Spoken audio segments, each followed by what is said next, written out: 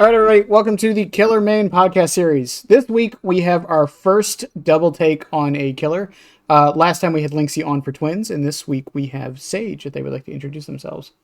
Hello, I'm Twins main Sage. I main twins as that's in the name. Oh my god, I'm already fucking. You're fine. You're fine. Oh god, everything's going wrong.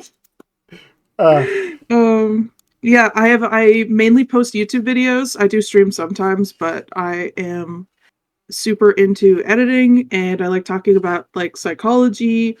Because I'm a psych major at the University of Arkansas. Um, I really like DVD, and I'm a very casual killer main. and the links to all those will be below, particularly the YouTube, which I highly recommend. It's very good content.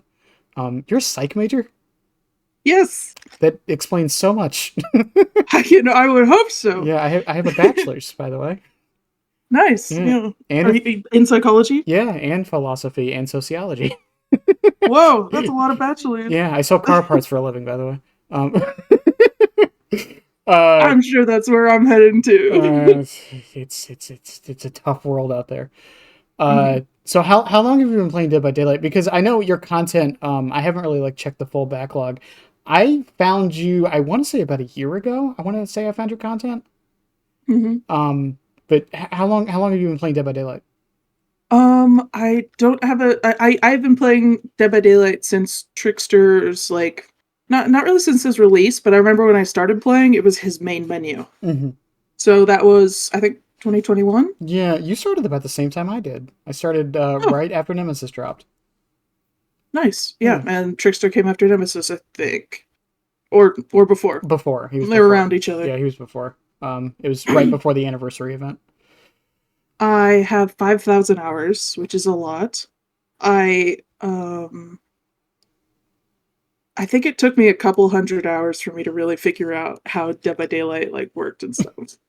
I remember my first match of Dead by Daylight. I bought Pig. Don't ask why.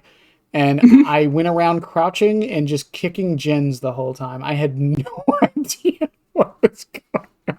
Oh, my first match of Killer was Nurse, and I got 2 hits. Um, on. yeah, I like literally only 2 hits. I was so confused and scared. I was actually terrified of playing Killer for a while because I was scared of getting judged by the survivors, which is actually kind of something I've talked about a bit Oh, I still do. in my videos. I still do, even to this day. Yeah, but Yeah. I am fine. I finally overcame my fear of playing Killer. uh, Eventually, yeah. So the big question, and this is one that every main gets asked: why twins? Um, the way I discovered them is kind of funny. I at one point when I was a little baby survivor, I saw someone throw a pebble, and I was like, "Oh my gosh, what is that perk? I want it." And I mixed up diversion and deception, and I bought Elodie. So and it turns out I really like Elodie.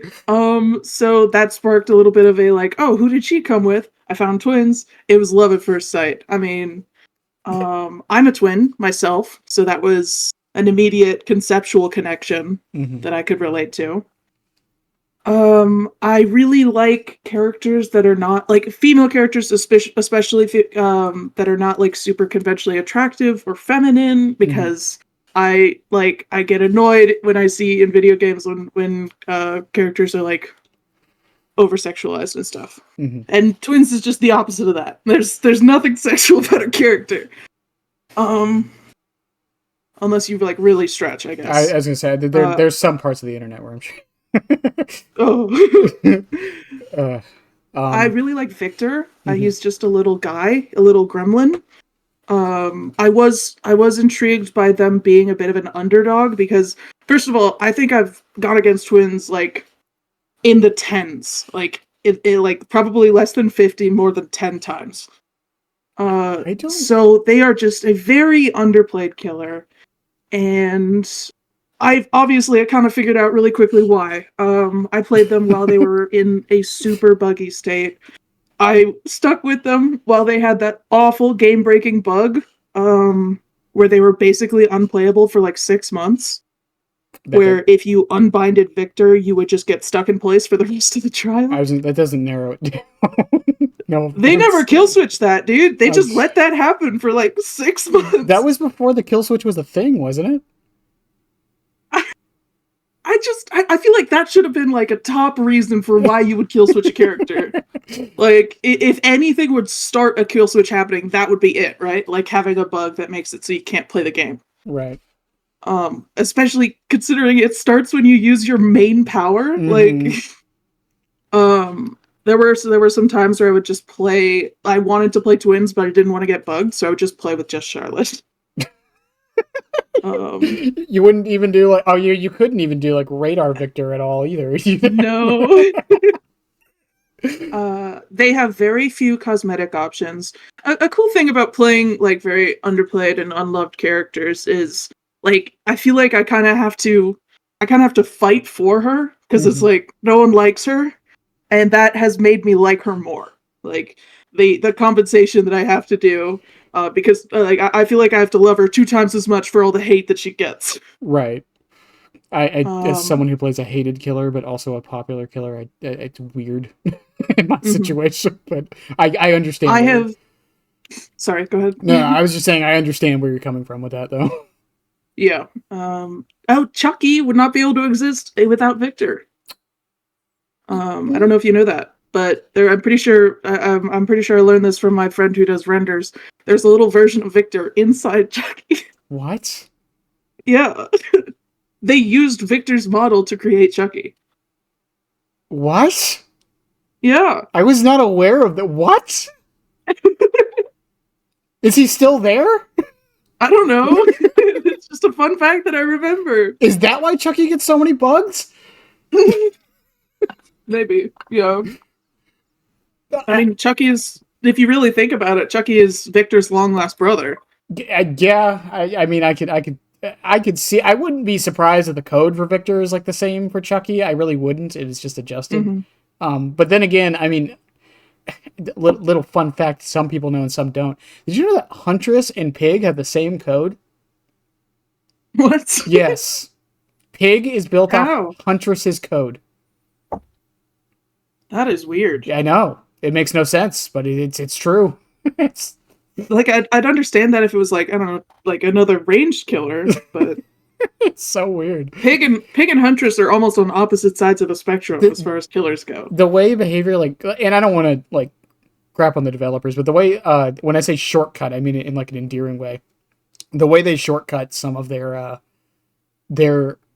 coding is questionable sometimes.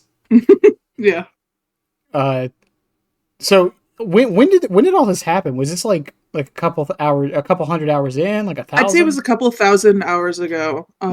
Like it was definitely within my first year of playing. Like I was a really hardcore Survivor main for a couple hundred hours, and like I was kind of the type of Survivor main I would have hated to go against because I was kind of salty every time I would get tunneled. And I would bitch about killers that I didn't like going against, which was most of them. And eventually I got over myself. I started playing killer and I was like, okay, I get it. All right. I see why tunneling happens. I see why camping happens. And Wraith was my first main. And then the whole mix up with Elodie happened. I discovered twins. And even through all of her bugs, I just loved I loved that I could be 2 characters at once. And I know in the devs recently, oh my god, there was this comment that they made. They were like, survivors have never had to worry about having 2 entities on one map. And I was like, oh my god, there's no fucking way they just said that when Snug is like, Snug is a fucking Knight's Guard, okay? Let's be real. And Knight and twins. Like, they're both there. Those are both multi-entity and Nemesis. They're Nemesis. Yeah.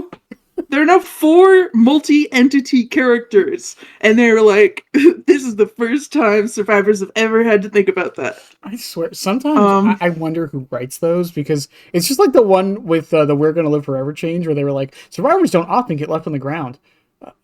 Okay. I don't know who wrote this, but I don't think they're right. Okay. Yeah, even through it's just such clunky everything. Mm-hmm. I knew once that when the Prestige, I've played her since before the Prestige system, and I knew that I wanted her to be my first P100 when they announced the Prestige system, Mm-hmm. and she was. I now have 4 P100s. I think. um, that's Twins, Bubba, Elodie, and Astray. Um, Yeah, I see you playing Astray a lot, at least in the videos. yes, I do. I love tall women. I don't know. The hat Um, helps. I like the hat. yeah. I will say that there's a certain charm, and this isn't just a Dead by Daylight thing, but there's a certain charm to killers that are kind of so like killers that become buggy are a little annoying, Mm-hmm. but killers that like start off very buggy, like Twins and at the moment Houndmaster, uh, Mm-hmm. there's kind of a charm to it. I don't know, like don't get me wrong, it can be a I little think frustrating, and I do want the bugs fixed, obviously, but I don't know. There's I something think I that was a lot more forgiving of Twins' bugs than I was of Houndmaster's bugs and Knight's bugs, because I don't really like the way that they've incorporated AI into the killers. hmm I think it kind of I think Houndmaster and Knight will just permanently be works in progress. Because I don't think there's a way for them to refine the AI enough so that it works perfectly every time. I mean, But Victor, I commend them for trying at least. yes, no, I mean, try new things, absolutely. But Victor being completely controlled by the player, that's something that I really appreciate. I like he's very little. hmm It's literally a point of view that you don't see that often. Um, being a foot high, basically. I think the Before closest Onryo, Victor was, or I guess still, but before Onryo, you didn't really have anything like being that short to the ground. I think the closest we have, at least from a first person perspective, is Xenomorph in runner mode. Yeah, yeah, What's it? but he's still like a little bit elevated. Yeah, Like his face looks like he's in the grass, but they actually moved it to the cameras above so that he's not completely hindered when he's on Backwater Swamp. yeah. um, but I mean, did you play did you play VHS at all? You know what I'm gonna ask if you No, know about. Did you know of it? I know of VHS. Okay, Yes. so what I was gonna ask is if you played Dollmaster in that game at all, because they are very similar to Twins. Mm. Except imagine you have 3 victors that you can replace, Oh. and you can teleport to them. Uh, it's very easy to get attached to something or someone when you have a lot of reasons to get angry on their behalf. hmm And there's so many reasons to get angry on Twins' behalf. And obviously the biggest one, Victor doesn't have cosmetics. And I think that is the biggest injustice that Hope, they face. hopefully.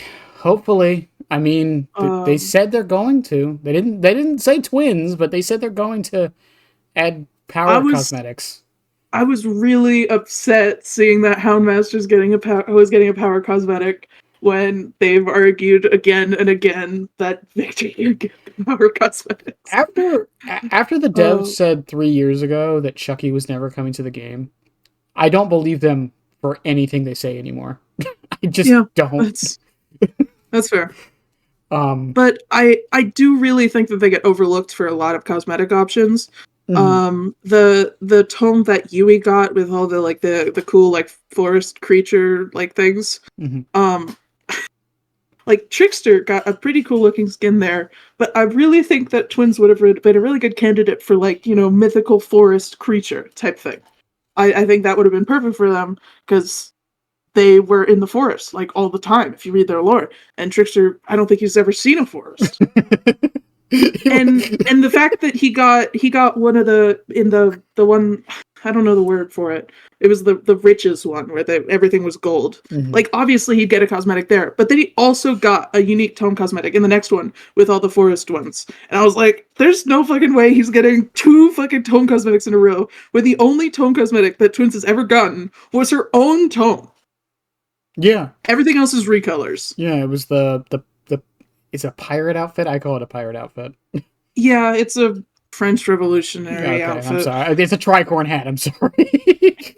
No, it's fair. It looks like a pirate. um, I have all of the Twins cosmetics. It didn't cost me much. They don't have many. They didn't even get a deep riff for that one because that was before that was a thing. No. I No, think they didn't. I think the other thing in being realistic on behavior's part, I do think and it's a shitty reality, but I mean the low play rate probably doesn't help with on the cosmetic department, which I mean it's always a chicken and the egg situation. I think from killers it's a little different, Yeah, but I mean, obviously it helps with survivors if they have cosmetics. But I think that people being reminded that the twins exist through cosmetic collections would result in more people getting twins. yeah, Because you know that I homepage where it shows all the recent collections, it's like, oh look, twins is getting a skin. I don't have that character. I should go check them out. But yeah. no, they don't get skins. And I think as far as designing skins, because they've said, and I bring this up a lot, but Plague is an example of this. They've said in the past the reason because Plague's been in the game a while. That's why she has as many skins as she does. But Mhm. they've said in the past the reason Plague doesn't get that many skins is because her design is very difficult to do right. Um, I think they've definitely been a little bit more lenient to try and give more characters skins because of that issue. But I think Twins also kind of falls into this, and technically to no fault of their own. But I think it's because of Victor. Um, No, yeah, absolutely. I mean, if you have a static like prop in every cosmetic, then you can't really do anything unique because it'll make Victor stand out like a sore thumb. right. And I Um, because I mean like Dredge was an example of this that I thought was going to be an issue, and I mean they Trash has gotten so many oh my cosmetics. god they do such a good job with. I mean They I do a great job. I just I there's always that petty angry voice in the back of my head like, really? You're doing this, all of this for Dredge and nothing for Twins? doesn't Amanda have more skins than Twins? No, she doesn't. Okay. Ghostface might. Yeah, Ghostface man. I mean, Ghostface is different, but no, I mean not in the number department, but in Y. I mean, he's not technically licensed, but he is. So, Yeah. um, but leading on from the Y, Twins got a quite the rework. What was it? 8 months ago now? It was like 8 months ago, give or take. Uh, Let me look at my backlog. I made a video about it. why are you doing that? So for 8 months those, ago, yeah. yep, for those who don't know, this rework was quite something. It took Oh, it was awful. it made Twins arguably the best killer in the game. I say arguably because some would argue it was still Nurse, but at the very least, it made them top three, which isn't a bad thing on its own. But the way it did it was the bad part. Do you have any thoughts on that rework? Yes, it made me really lose faith about how, like, whether or not the devs actually understand what the Twins is about. Because the big thing is like you are two characters. You know, you're supposed to work together. Like Mm-hmm. either Victor gets the first hit and Charlotte gets the second, or vice versa. And for some reason they were like, oh, but what if Victor got every hit and Charlotte just walked around? Like that was what that felt like. It really felt like a smack in the face because even though, yeah, of course she was fucking strong, but I knew it wasn't gonna last, and it just made me feel bad because I was like, okay, this is just proof that they have no fucking idea how this killer should or does work. It always Um, makes me wonder when things like that happen. And I know a lot of people said this, and again, I don't try to crap on the devs, but who were they listening to? I That's don't because know. like Survivors didn't want that. The Twins players didn't. Who wanted that? I don't. I guess they were like, oh, but what if Victor attaches to you so that they? I think they were trying to tackle slugging. Which, yeah, fair, but I mean, there was so many other ideas around. And the thing is, and I've said this before, the idea of Victor latching onto a survivor on the ground so they can't get up, I think was an okay idea. I just think that the fact that it happened automatically was just terrible. On top of Yeah, all the other changes, you can't kick him. Okay. and a lot of people hate twins because they are. I mean, they're not super fun to go against. Victor feels he's difficult to loop, especially if you don't really know how to go against him. And I just go against a lot of survivors that really like they don't know that you're supposed to kick him. They don't know that you're supposed to like um drop pallets or they drop pallets too quickly. Like they just he is nothing like what they're used to. Mm-hmm. And then they die and then they're like, "Well, I fucking hate twins now."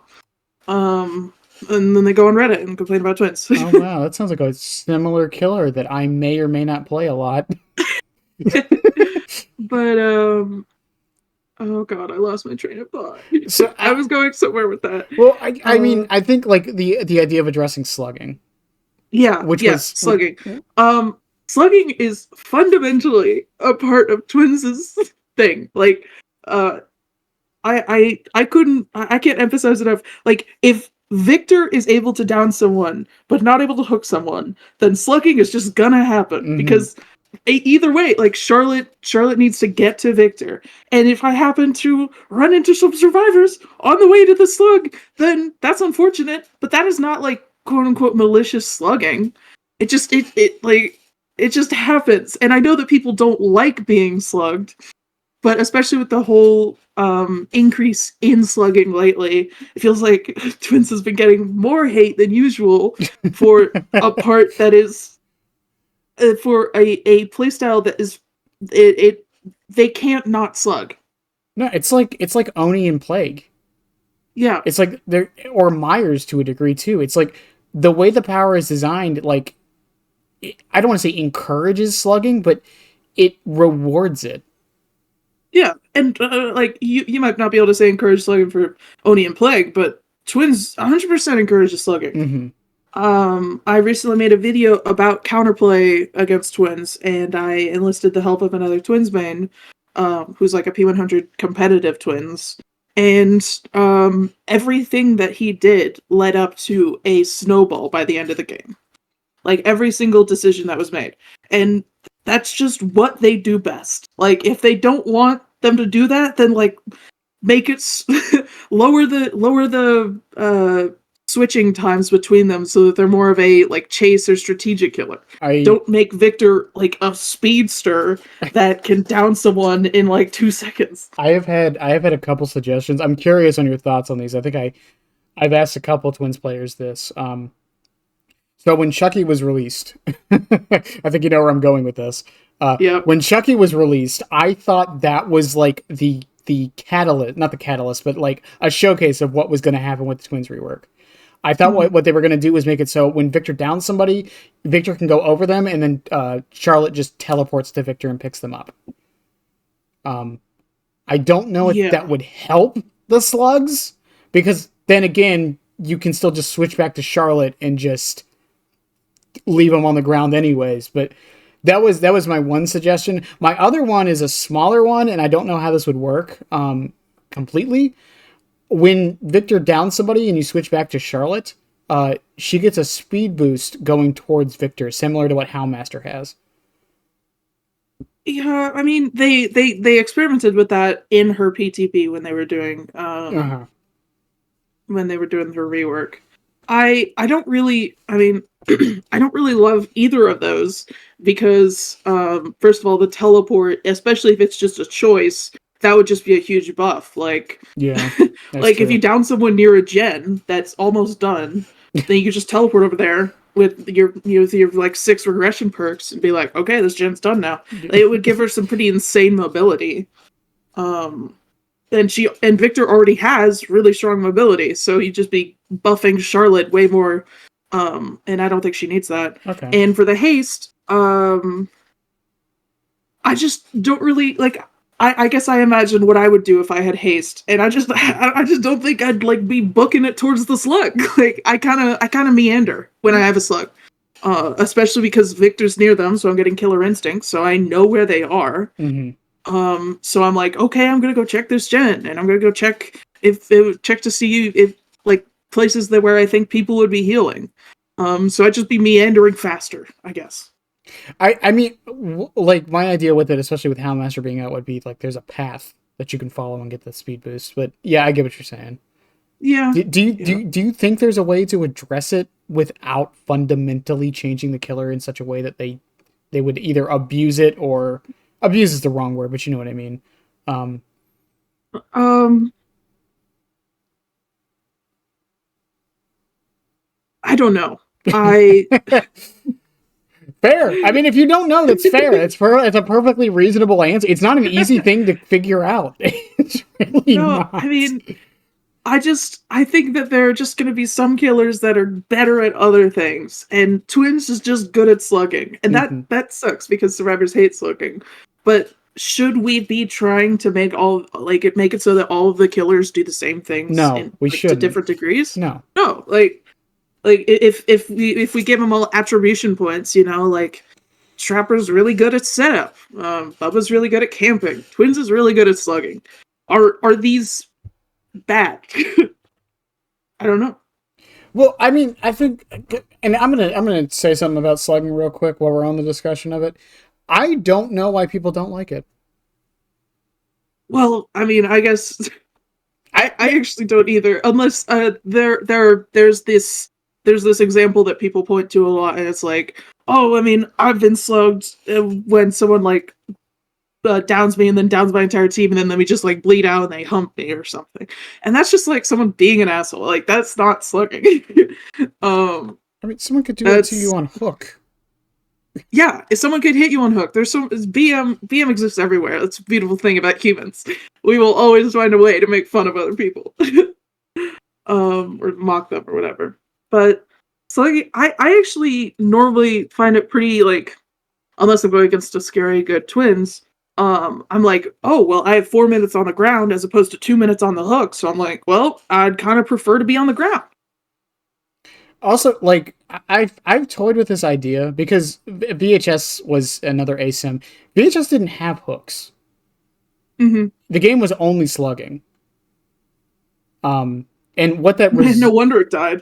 Well, okay. So here's what happened in VHS. So when you get slugged in VHS, the way it works is you become a spirit, and you can go Mhm. around collecting little orbs, and the orbs heal you.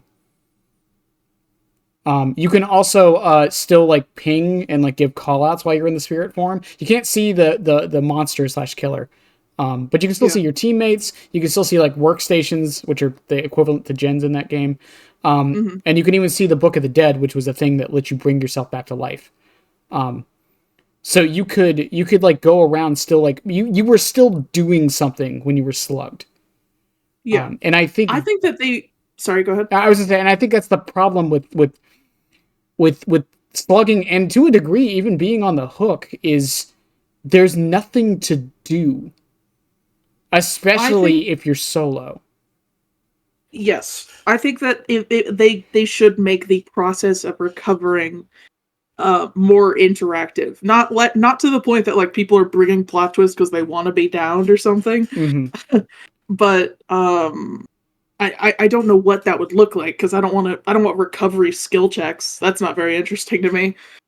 Um, So and, another thing VHS had with the recovery skill checks, and I know I'm bringing it up, but again, like the whole game was slugging, so like it's just a good mhm, it's a good candidate to like get ideas from.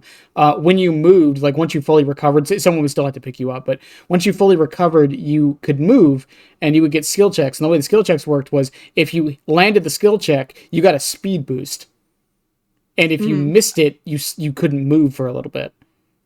Wasn't much of a thing, but again, it was like a little bitty tiny thing you could still do.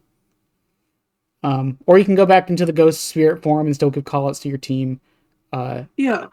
I mean, should the devs be responsible for entertaining us during those moments of quiet or during those moments of waiting? mhm. That's like, do we need Subway Surfers playing when we're on the ground slugged? Well, I mean, I think there's a line, because I see what you're saying, but like I think like part of it has to deal with downtime should exist in a game. And Mhm. I've said this before. As much as people hate generators, generators are genius. They are a pacing a pacing thing. Yeah. The idea is you get into a chase or at the beginning of the match, but you get into a chase, you get hooked, you get off the hook, you go to a gen for a minute. It gives you a bit of downtime after the chase to relax.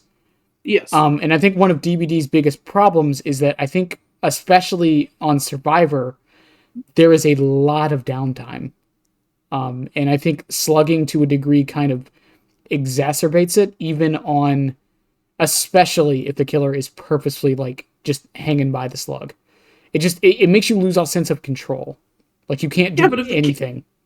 if the killer's hanging by the slug, then downtime is happening for both of them. Exactly. Like, I know, but the killer still feels like they're in control of the situation. Like so that they're not inherently doing something, but they're still doing something. yeah, I've seen the idea that there should be like an anti-face cam for being slugged. Like Uh, if a killer is just like lurking near a slug for too long, then they can get up. I don't Um, agree with that one. I think that would be a bit much. I don't think it's a terrible idea, like especially if someone's just like standing right on top of you. Like if at that point it's like, what are we doing here? I mean, it would have to be. I would make the range very short, and I would make it take a little bit longer than the current anti-face cam. But Hmm. That's fine. I mean, I could see it. I don't fully like it, but I could see it. Um, but like in an asymmetrical game, there's just going to be moments where you don't have control. There's just going to be moments where like you have a bunch of exhaustion perks and the killer has fearmonger or something. Like, um, or you're gonna get the deli curse or whatever. And um, I think it's I don't know if it's like a bug or a feature that the survivors have such a severe lack of control in the trials. Yeah, I mean, the thing is, like a lot of a lot of very good survivors can leverage the control they do have, though. Um, and I think it's where the dissonance comes in with the whole idea of like a good survivor versus a bad one, and people who have fun in solo queue and people who don't. There's a I'm gonna bring up fucking Nietzsche here. Uh, there's a philosophical idea of nihilism. There's two ways to, and I know this is weird to get on, but there's two ways to No, look this at. is great. There's two ways to look at this. The two perspectives of nihilism are either a, you look at it from the perspective of nothing matters, so why bother? Hmm. Or you look at it in the sense of nothing matters, so let's just ride it out. Yeah, Um, I actually this is the type of thing I talk about in my videos. It's great. Um, I love the sheer and utter chaos of solo queue, and it's why when I do play Survivor, I rarely play with Swifts. Not only, I mean, I am an antisocial hermit and I hate people. No, I love people. They're great. But I don't really like interacting that much. And in solo queue, I just love um unspoken interactions. mhm. I recently had a game where I I played Bardic Inspiration for a Steve, or no, for a Thalita, and then she was the duo with the Steve. Steve got excited, came up to me, and plot twisted. It's like it's this, and we were doing nothing. Like we were all losing this game, but we were losing it together, and we were clearly bonding. And like that's the nihilistic like nothing matters, so we're writing it out. Yeah, and again, like I think that the whole like, 'cause nihilism has a bad connotation, especially nowadays. People are kind of sick of Yeah. hearing about it, but there's a good way to like appreciate it. I think is what I'm trying to get at, because I think like here's the thing with solo queue and Dead by Daylight, and I bring this up a lot too, is there is no video game on the planet that is PvP with a good solo queue system. If there is, I would love someone to name it for me because I haven't found it. Uh, PVE maybe. DRG is a very good solo queue experience. Probably one of the best video games ever made, honestly speaking. Uh, I've played a lot of online games, mhm, and I I think I actually made I made a video about solo queue across 3 different games. Um and it was Dead by Daylight, Phasmophobia, and Sea of Thieves. And the difference with Phasmophobia and Sea of Thieves is they have proximity chat. mhm. And Yeah, fair proxi- enough. proximity chat, going into that as a female gamer is just, it's kind of rough. I again, Like I've gotten rape threats, I've gotten harassed, I've had so many slurs hurled my way. Like, there's the people hear a woman and then they lose their fucking minds. I didn't want to laugh, by the way. I wasn't laughing at it. I was laughing at how stupid it is that it It's absurd. happens. No, it's fine. And like I've I just like that if something bad happens in solo queue, it's not because it's normally because of incompetence. It's not normally because of malice. Mm-hmm. It's normally because, that Dwight is self-caring in a corner. And that sucks. But like, he didn't do anything wrong. Like, or he's not like he doesn't hate me. He's just kind of dumb. I don't know. Well, and again, like I've said this before, it's like it doesn't matter how many changes they make to solo queue, that's still gonna happen.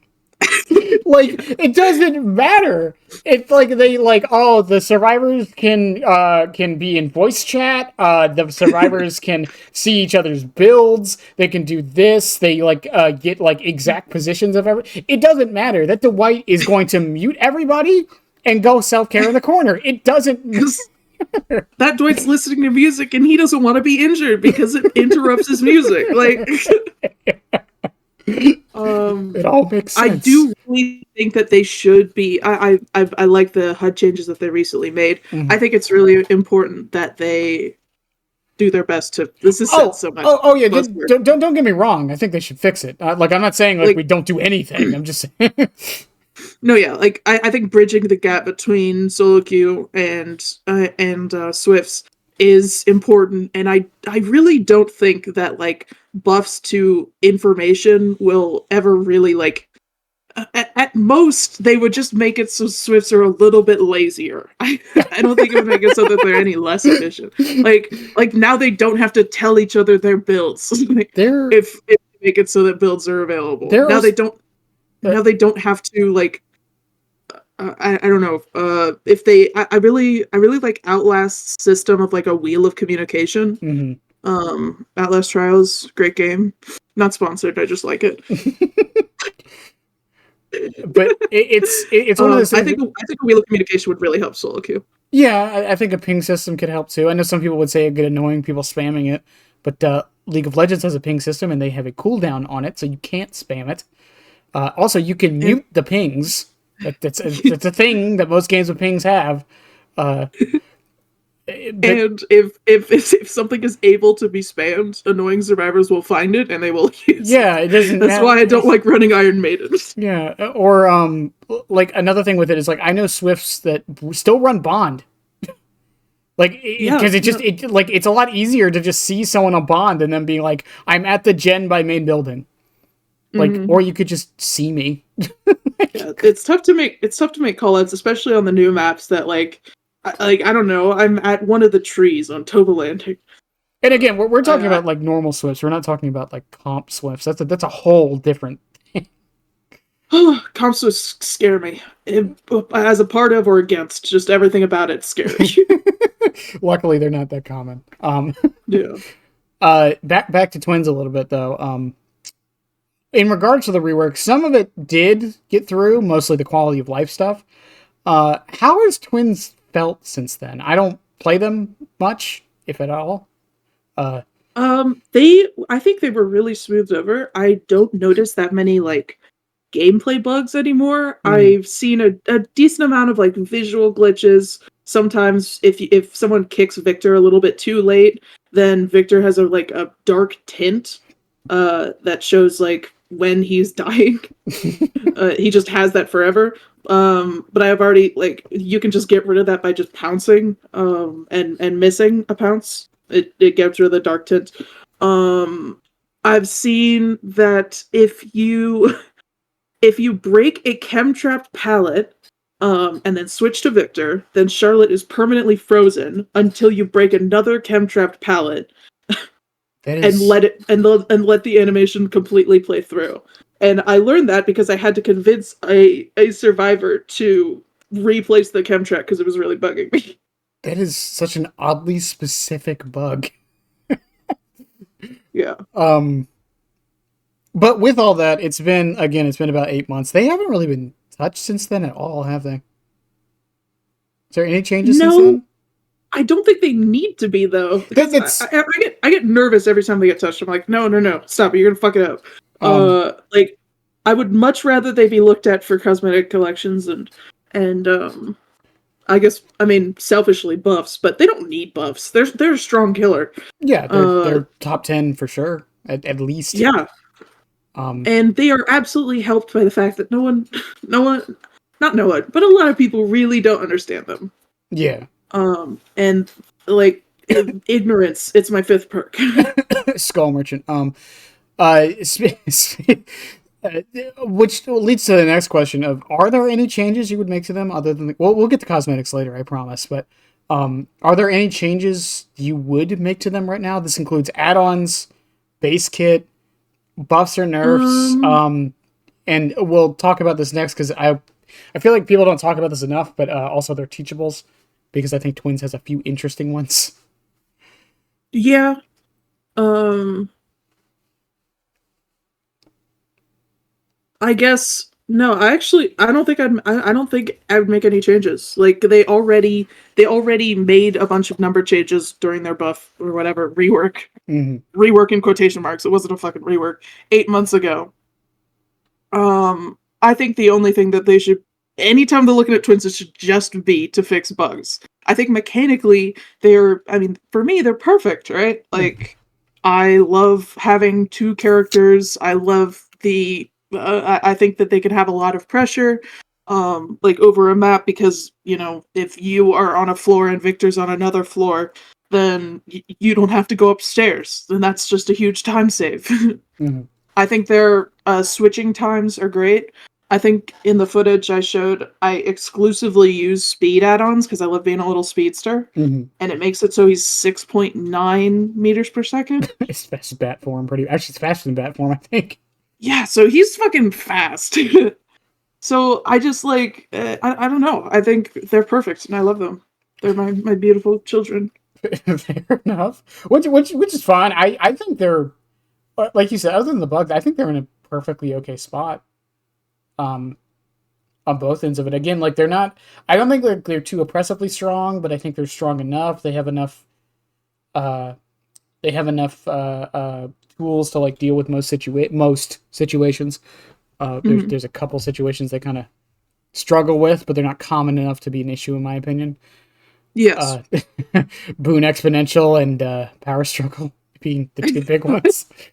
Anti-slug, it's I don't know if it was in this footage that I recorded, but I did actually go against an anti-slug I team. think it's on And screen now, actually. it is not. No, That's my no. Haddonfield game. No, Okay. it was on Hawkins. Oh, okay. And they had an exponential boot. And it's just maybe it's my build. Maybe I found the perfect build. But it's just not that much of an issue for me. Like the biggest issue is when they push gens and yeah, that's the Well, biggest issue. But Victor can just move so fast that mhm. I can just get so many injures and keep them injured. That's kind of the philosophy behind my build is keep them disoriented and injured. I think another thing with it, and kind of going back to slugging a bit, I think the other problem isn't necessarily that people don't know how to counter twins, which I don't think a lot of people do. But I think the other problem, and I was part of uh did you see Carnivorous's slugging video? I didn't, but I know about Karn. Yeah, I was in that video for the Chucky data. Uh, That's fun. Something I noticed in particular while doing that was people don't know how to counter slugging. Yes. I think that's the Yeah. bigger problem because That is the amount of people who would get slugged on top of each other and not move was uh, insane. It was nuts. They would like maybe move to a pallet, which by the way, unless your teammates there, don't do that because then I'm just gonna leave you there. yeah, when I see solo queue like teammate in solo queue games that I play, once Mhm. two people are down, it like the whole team is like a deer in fucking headlights. They're like, oh, the game's lost. Just Like move. they just they just start making the worst, most awful decisions I've ever seen, and it's me. I'm included in that.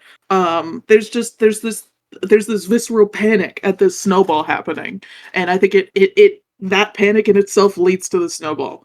Yeah, I think part of it, and I don't know who said this, but there was a video I watched from a bigger creator, and I don't remember who it was, but in that video it was talking about slugging. This was like 3 or 4 years ago, and what they said was, if you're slugged, just recover.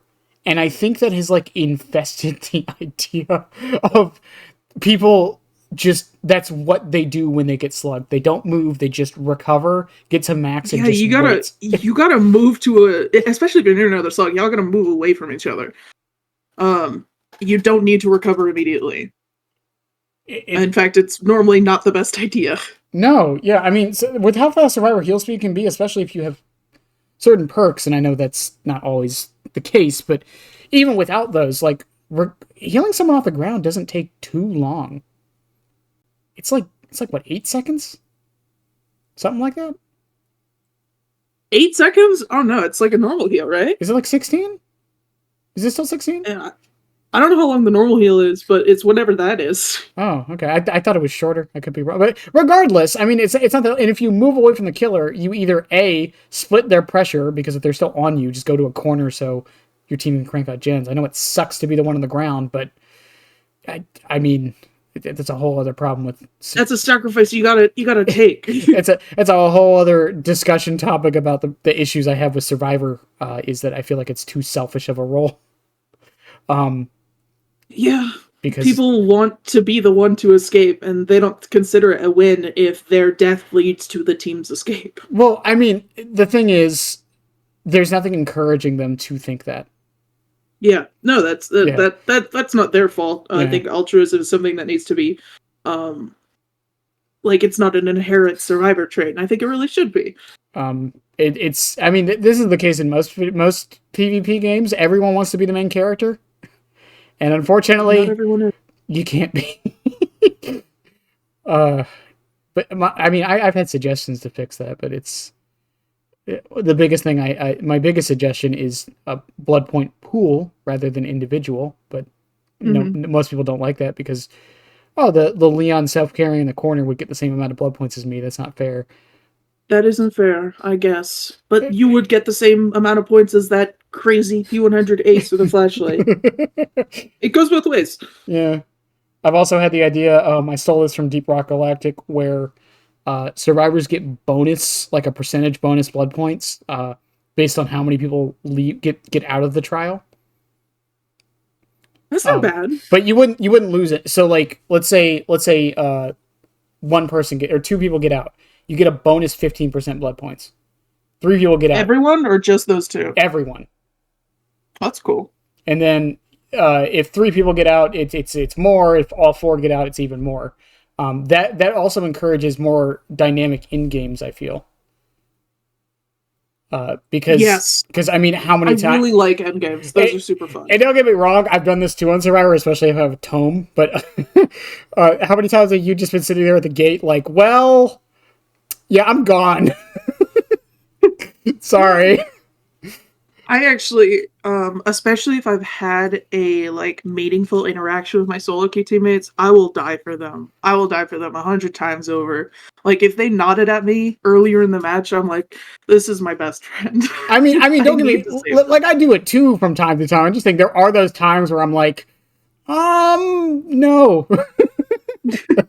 Time to go. The camping huntress. Although sometimes it is smart, right? Like, why would you save against that, eerie head huntress that's holding a hatchet? Like, well, yeah, and the amount of times I've gone from like a 1K to a 3K because they didn't leave is I can not count. But yeah, I think it would lead to more interesting in games from that. Moving on a bit to those teachables though. Yes. Other than Hoarder, remind me Twin's other 2 teachables, because I definitely didn't forget. Hoarder, coup de grace, and oppression. Oh, Hoarder is actually kind of her least interesting perk. I like the idea, but I think it was us that said this. Like, it was like, no one's chest rushing. Like, no one there's never an issue where survivors are doing too many chests. Right. I think. I think. And it doesn't really matter if you know that someone's doing a chest. Like, what kind of information is that? Well, and then oh, someone's throwing the game. I mean, and then human greed kind of power corrupted. Like, Spies is better than Hoarder if you want an info perk. And Spies is a decent info perk. But, like, Whispers is better than Hoarder if you want an info perk. I think the thing with Hoarder is a weird perk, too, because I feel like it's a perk that it itself never gets changed or buffed. It did get a change a little while ago. I forgot what it was, but everything around it starts changing and making it kind of better, but not really. Like, yeah, I mean, I think the devs are really trying to push that people should like be more interested in like opening chests, and they're doing that with like killer chest perks and survivor chest perks. It's just not working because chest perks aren't super interesting. And this is coming from someone who used to religiously run appraisal, like Ace of the Hole, like all that, or not Ace. I ran chest builds, right. and I would collect items and I would give them to my teammates. And it was super fun, and we lose all the time. And it was because of me, because I wasn't fucking doing gens. I was just opening gens. Yeah, it wastes too much time. That's the other. It's like it's like cleansing a dull totem. Like, yeah, Noed might be a thing, but for the most part, like, it's just wasting time. Yeah. And even like specialists, I think someone did the math. Unless you get a commodious from the chest, it wastes more time than it saves you doing on the gen. But you see the gen bar go down. It's so cool. It's so cool looking. Moment of Glory was a nice change of pace, but the other problem with this is the same problem we always have. It's a perk. So if they don't bring the perk, it doesn't matter. Yeah. It's like how people think barbecue and chili should get the blood point reward. I'm not going to debate that part. The part I'm going to debate is that, well, what if the killer doesn't bring barbecue? Then it doesn't do the thing everyone wants it to do. It's the same thing with Pain Res and Grim Embrace. It's like, yes, it is a perk that discourages people from slugging. Or not slugging, I'm sorry, tunneling. However, if they don't care, it doesn't matter. Yeah, I mean, I've seen people run Grim Embrace and Pain Res and then just tunnel the first person off hook, and then now they have 3 more Grim Embrace and Pain Reses back in their back pocket, and one person's dead. I think Pain Res is actually better in the late game than it is in the early. Yeah, no, dude, being hit by a late game Pain Res is so fucking demotivating. It's like, I don't even want to do the gen anymore. Just kill me. But like, I don't think Hoarder, like, do you think there's a way they can make Hoarder good, or do you think it's fine as kind of like a gimmicky perk? It's a gimmick. Anything chest related is just gonna be a gimmick forever. Like, they halved the time that it takes to open a chest, and I still see basically no chest perks, because why would they do that? Like, there's more interesting side objectives anyway, like boons and invocations now. Yeah, like a chest doesn't even guarantee a good item, nor does plunderers. Like, you might get a really beefy flashlight or a good toolbox or a good medkit, or you'll get a map or a key or some bullshit that you don't want, and now you've wasted everyone's time. I will say I have made this suggestion before, and I don't know why it's not a thing. One of the chests should guarantee a hatch key. I think that should be a thing. That's interesting. And the reason why is, I think it would give you a guarantee, like, so my idea behind it is, like, let's say it's in game, hatch is closed, the killer closed the hatch, all your teammates are dead, killer is patrolling the doors. Now there's a possibility, and their doors are really close. Let's say in theory, let's say they're like old school Borgo doors that didn't get fixed for like a month. Then there's still a possibility of you finding a key in a chest. Yeah, I mean, I think giving people hope of an escape, I think it makes the game more engaging. Funny thing about twins, they, I think, might be the best at keeping an eye on doors, especially with the buffs to their switching time, because you could just put Victor in front of a door, Charlotte in front of a door, and then just spam switch between them two. It's like mint rag hag. Yeah, and I mean, rarely anyone escapes from without me letting them escape. If we've made it that far. Yeah, there's a few. Houndmaster's kind of taking that spot a little bit now too. Um, Basically, I mean, if Houndmaster's sitting on one door and then she just keeps sending Snug to the other one, there's really not much you can do in that situation. I mean, but like Snug doesn't act independently. I mean, I guess neither does Victor, but it's not like he's gonna grab them from across the map. He can find them for sure, but if it's like Mm-hmm. like a mother's dwelling situation, I just don't think she'll get there in time. Yeah, But Victor's right there. fair enough. It's just yeah, it does feel a little demoralizing. Like Hatch is supposed to be this like, and I hate using this word, but it really is what it is. It's supposed to be a gimme, right? It's like, oh, your team lost, but here's like a gimme for an escape. Mm-hmm. And if the killer Yeah. happens to find it first, depending on the door placement, it's basically game over. And like at that point, like I feel like the 3K should be enough, and I think the devs should be trying to encourage the 3K more than the 4K. And I think having the key option be there would kind of be a subtle way to do it, because it's like, well, even if I close the hatch, there's still a chance they get the key. So I might as well not slug for the 4K. You know what I mean? Yeah. I mean, I think people will definitely still slug for the 4K. Oh, they will. They will. It's not a bad idea. Yeah, nothing's ever going to stop slugging for the 4K. even if the devs come out, which they have, and say 3K is winning, it doesn't matter. A 4K will just always feel more satisfying than a 3K for the most part. I hate it. Especially with the finisher Mori thing. Oh my god, I despise slugging for the 4K. It just wastes everybody's time, but that's just a me thing. If I only do it if I see the last survivor. Yes, if I happen to see the last one or I know where they are, yeah, I'll do it. If I don't see them and I happen to like think I know where they are, I'll go look for like 20 seconds. I don't see them. All right, let's just hook the dude and get this over with. Especially because a lot of times the moment before that is the last two survivors just hiding the whole time anyways. So 2v1 is one of the most boring experiences as a killer. Oh my god. Like, I know it would be a killer buff, but if nothing happens for like 2 minutes, killer instinct on everybody. I'm serious. Like, I don't, and like, it wouldn't have to be forever. It could be for like 10 seconds or something. Just enough so the killer has a general idea of where to at least look. Yeah. I had a match. This was a couple years ago. I still remember this. The match lasted. This was before the server shutdown thing. It was the match lasted for 2.5 hours. You know what the survivors did? They just basement. No, they hid in lockers. Oof. And they just kept moving when I went away. That is miserable. And like, again, I know killers can hold people hostage. I understand this, and so can survivors. Is my point. I feel like either side should be able to just do that. My longest game ever was against a Skull Merchant. Getting Skull Merchant, it was 40 minutes. That does not surprise me. Mine was against a Trickster. No, it was that one, but the next one was a Trickster that did cause the servers to shut down during 3-gen meta. Because he could literally just hit... The gens were set up in a way where he could just hit us all with knives from where he was. That's actually pretty amusing. Like to think about.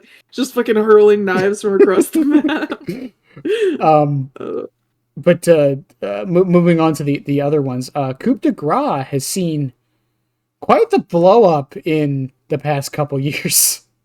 Dude, I think Coup is a great perk. I think it's an awesome. It's great for chase. I think it makes losing gens less like sad because you get a buff. I think that it giving you two. It used to only give you one stack. Now it gives you 2 stacks, and it's an 80% boost. I think all of those are great changes. I think Coup is perfect. Like I wouldn't change anything about it. Oppression was recently buffed. It now activates every minute. It has a 60-second cooldown. It's not a bad gen regression perk. I don't have authority to speak on that because I almost exclusively run anti-heal and anti-chase on my twins and Bubba respectively. I run it sometimes on Chucky because he can't always kick the gen he wants, so it helps with that. But what, he's like stubborn?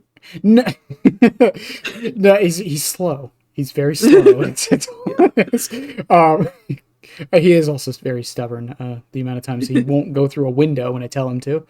Uh, but it's fine. The cooldown change was nice. I think it's what it needed, but I don't think it'll ever be a good perk just because it doesn't apply other effects.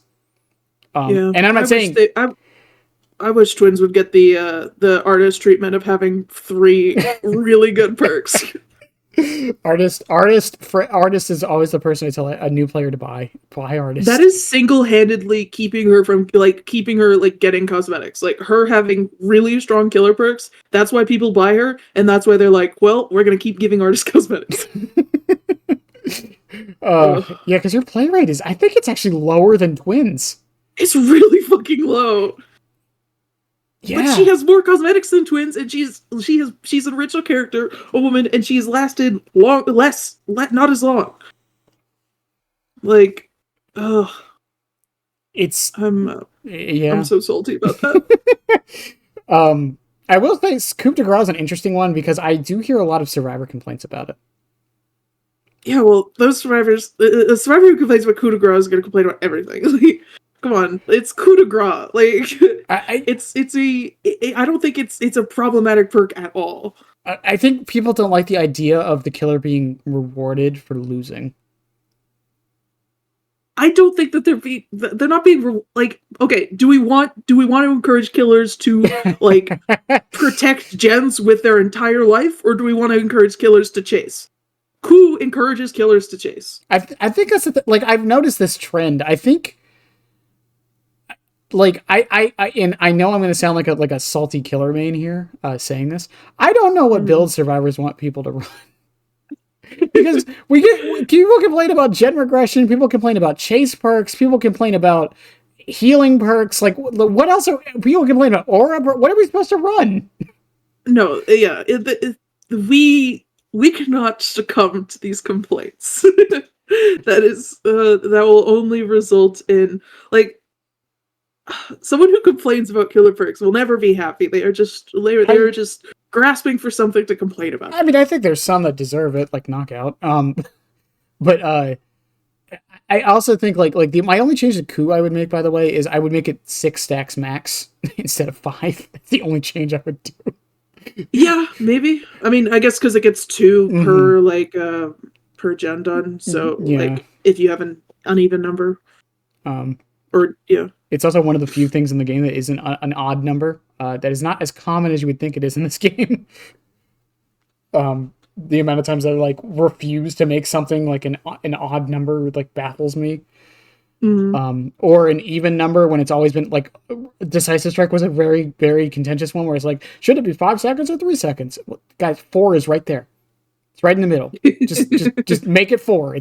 It'll make everybody happy. But yeah, like I think their teachables are in a weird place because coup, like even as like good as I think it is, it's not good enough to warrant like getting twins just for coup. All right. I find that kind of offensive. I don't appreciate that. I think they're always worth getting. And then, I mean, Hoarder is Hoarder. I don't even think new players... No, it's not for the perks. It's for the principle. You should get them because they deserve love and affection. They do. And money. And money. Rather money in there. I see where this is going. The capitalism shines through. I don't, and like, I think twins is also like, because a lot of the bugs have been ironed, not completely, not all of them, but mostly. I think twins is also like, there's such a unique killer, and this is the thing in every video game. When you make a character so unique, they are going to inherently be a very niche subset of people who play them. Which I don't think is a bad thing, but I mean, I've seen that with Skull Merchant. I'll probably see that with Houndmaster. We see that with killers like who's got a cult following but very small following. Artist. I guess Artist, yeah.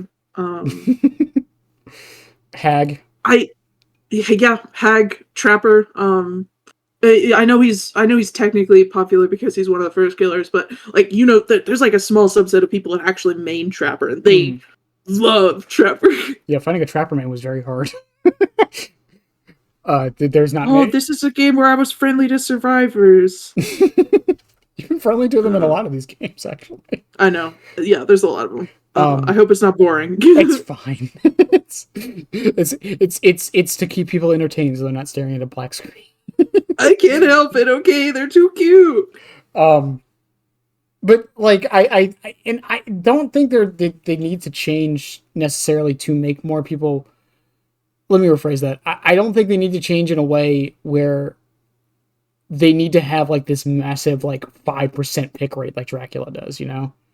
Yes. But I do wish Dracula's a 5% pick rate? Yeah, Dracula overtook Huntress for a little bit. Good God. Yeah. Yeah, he's I think I haven't checked it today, but I think he at the moment he's still number 2, but he's only behind by like 0.2%. That's insane. Yeah, it's nuts because he's also licensed. Dare to dream. But it's one of those things though where I think I do wish they got more respect, because first impressions are important, and I think we're going to see a similar situation with Houndmaster. Yep. Where because of how buggy and kind of bad they were on release, that's always going to stick, and people aren't ever going to give them a chance because of it. The twins, they were unique. They were made during COVID, and that was a rough period for all of us. And I think that kind of shows in how buggy they were upon release. I mean, it was probably one of the worst received PTBs ever. I wasn't there. I just I'm parroting information I've already heard from somewhere else. Right. I promise I have original thoughts sometimes, but like I think that forever ruined their reputation. I mean, we've seen and they were made like over Zoom calls and like during a time where like remote work was only like starting to become a thing, and it was, people weren't used to it. So I can understand why there were issues, and I think they did a pretty good job with what they had. But he said the line. I said the line. But alas, people don't really think that much when they people don't look that much into characters that they don't like. It's just I don't like that character, and then they move on. Well, and we've seen this happen with other, especially recently. I mean, Skull Merchant is a very good example. Like the hate from 3-gen Skull Merchant, and don't get me wrong, I understand some people still find even the current version very annoying and not fun to go against, which is fine, but the hate is still there from the 3-gen days. Yeah, and forever. I think they will. I think there will never be a point where people will be like actually happy to see Skull Merchant. And then like overall community. Yeah, and I mean, this happened with Singularity a bit. It happened with Knight. It's still happening with Chucky. It's happening with Dracula. I think is actually getting up there now. I think a lot of people are starting to hate Dracula too. Not necessarily because of his first impressions, but like those impressions stick. They always will. It doesn't matter. I mean, it's not even just a Dead by Daylight thing. This happens in every video game. The one I bring up in League of Legends all the time is Yumi. I don't know if you're familiar with League of Legends. No, I only just watch arcade. So there's a character in League called Yumi. She is an enchanter support. She's a cat. She's a cat that floats around on a book. And her ability is she attaches to a character, and she is untargetable while she's attached.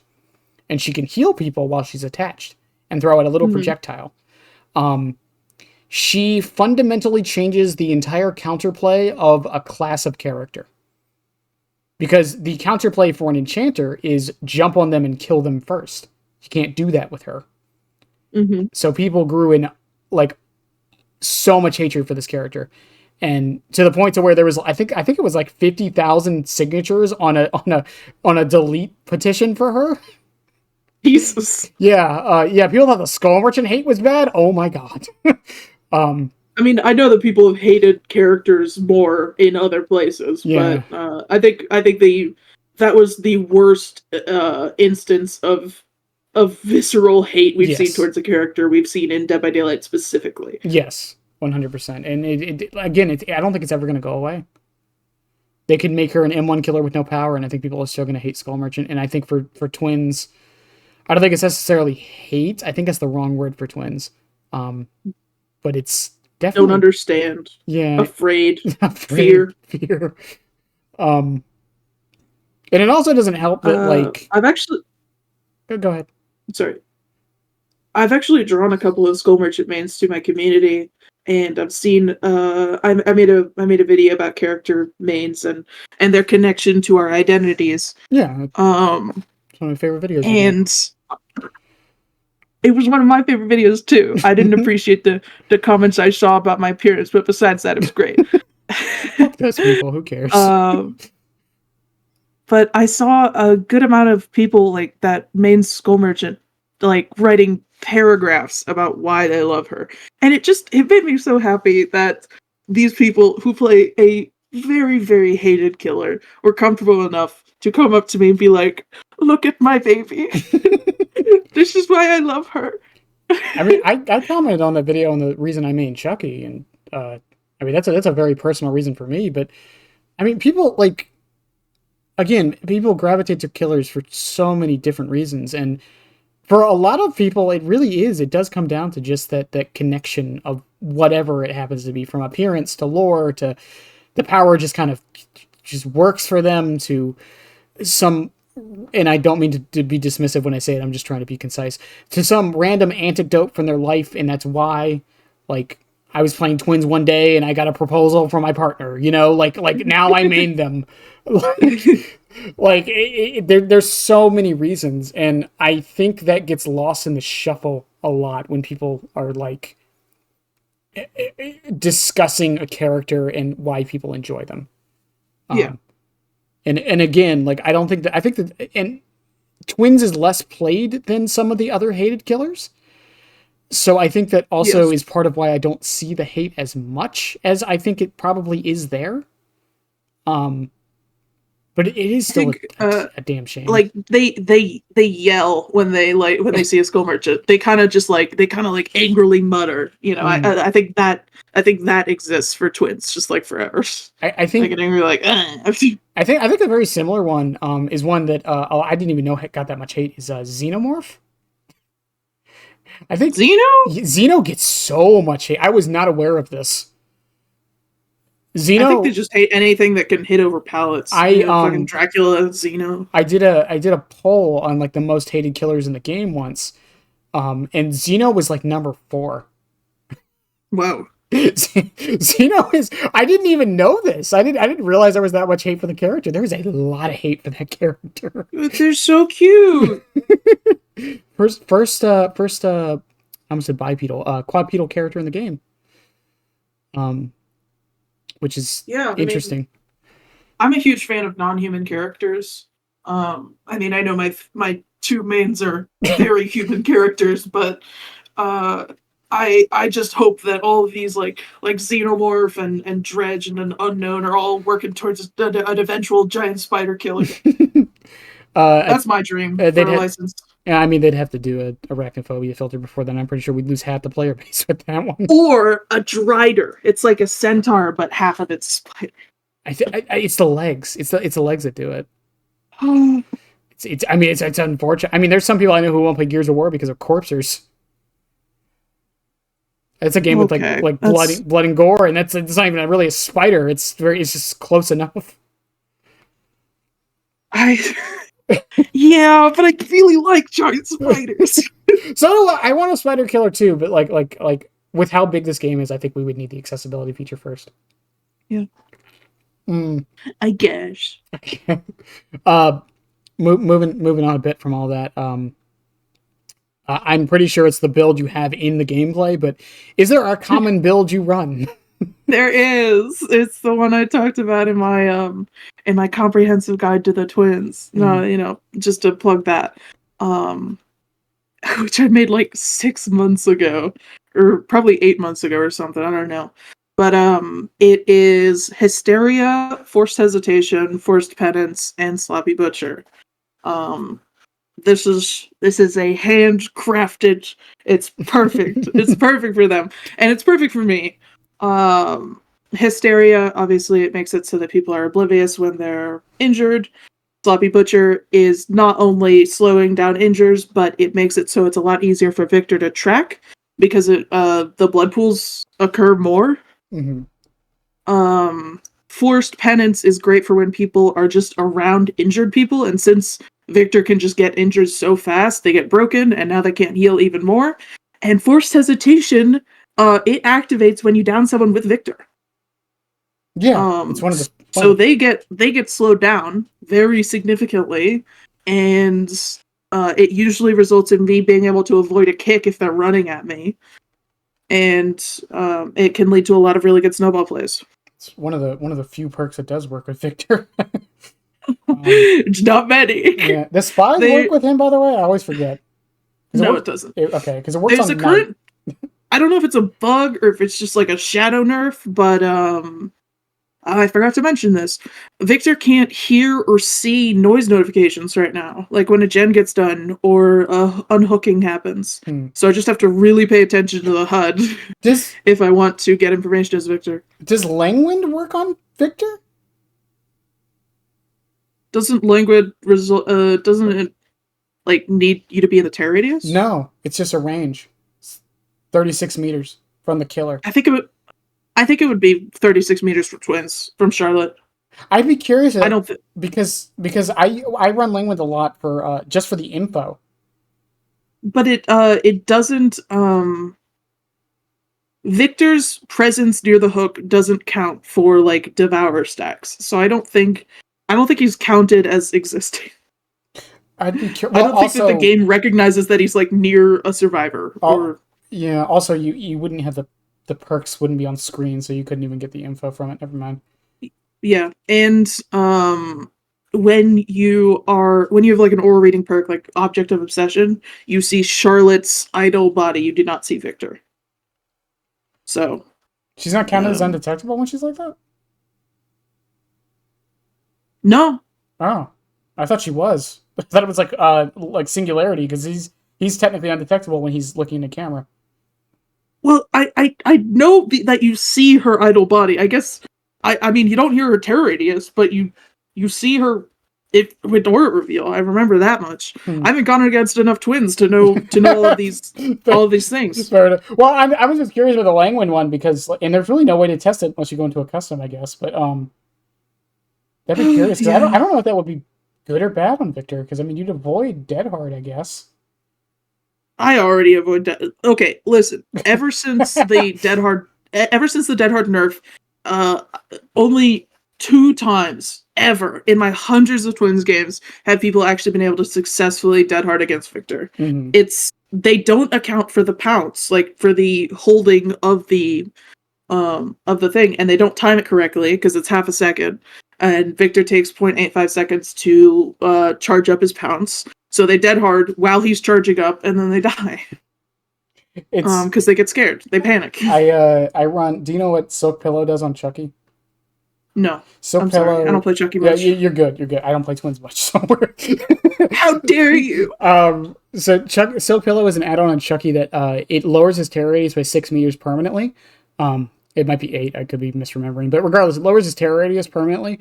But it increases the charge time of his dash by 50%. No, this doesn't seem like that's that big. Cool. It doesn't seem like that big of a deal. The amount of survivors I see early Dead Hard, or not early Dead Hard, but like early dodge because they're so used to the timing. And I think for Victor, I think it's kind of the opposite because I don't think anyone knows the time. No one knows the timing. So they'll never know the time.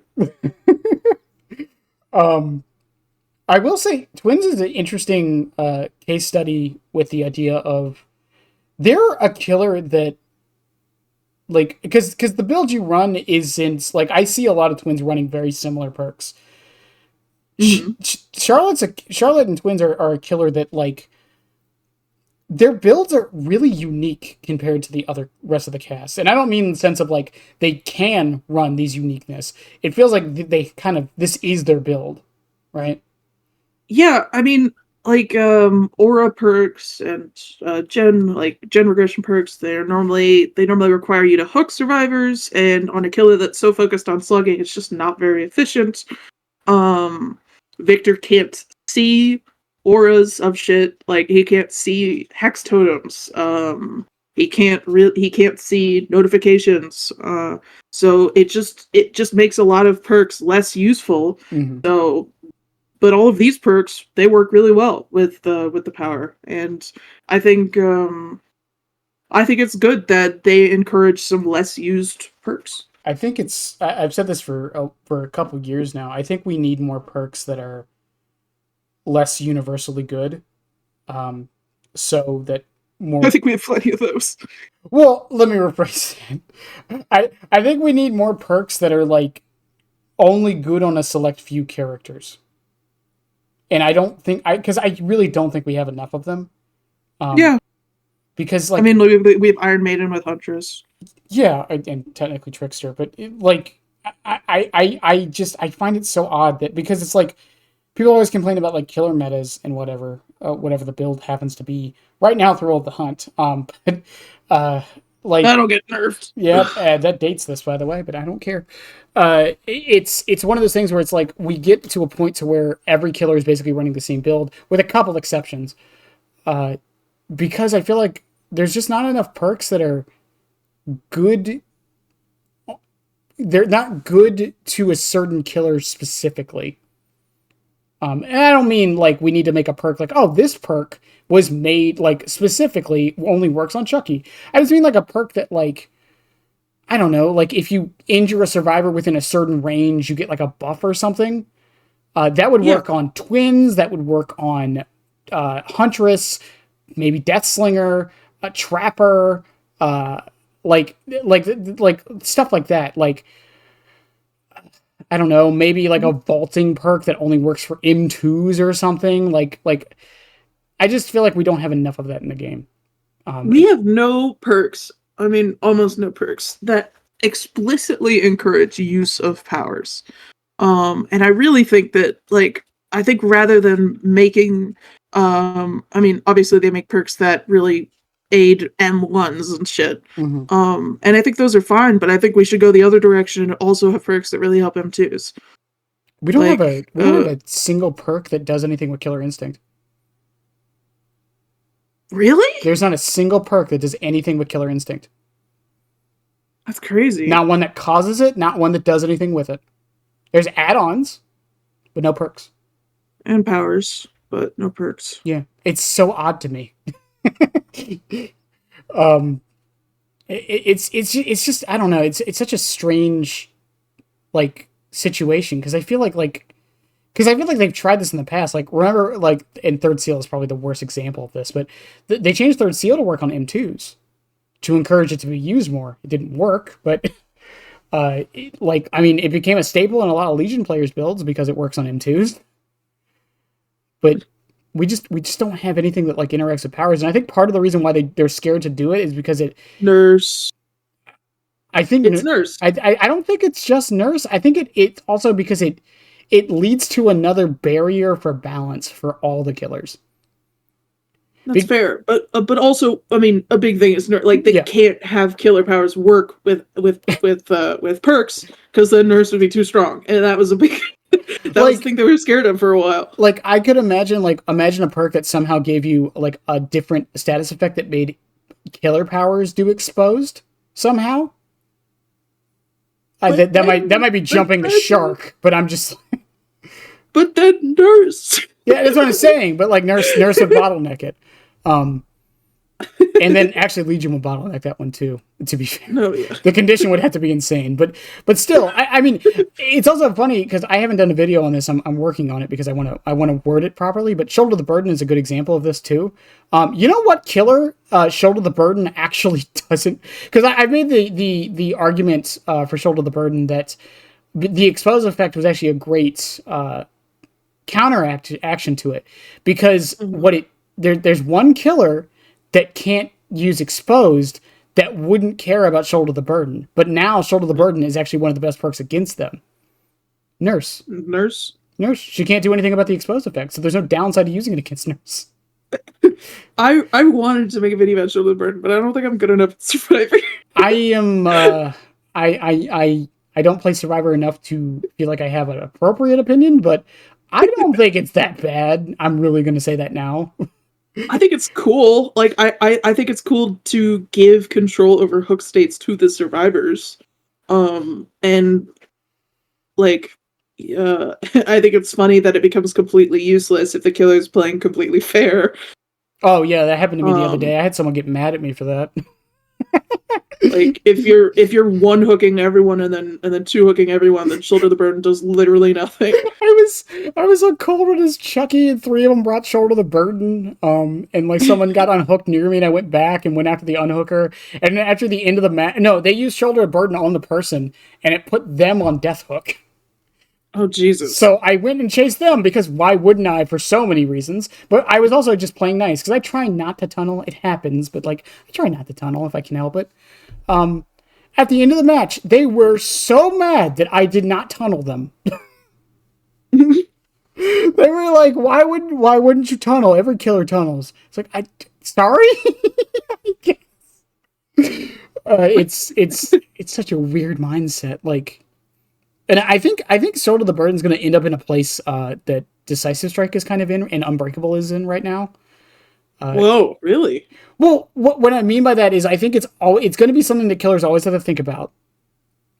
Which I don't think is a bad thing. I think we need more killer perks that do that too. Currently, the only ones we really have is Blood Warden and Noed. That's it. But that's true. And now Thrill the Hunt. and Thrill of the Hunt. Well, no, Thrill of the Hunt. They touch a totem, they know. Yeah. I think we should have more surprise perks on the killer side, or just like I feel like they give so many silly, goofy perks to survivors, and all of Nick Cage's perks. Chemtrap. We just got Thunder Thighs. That's something. That is not a meme perk.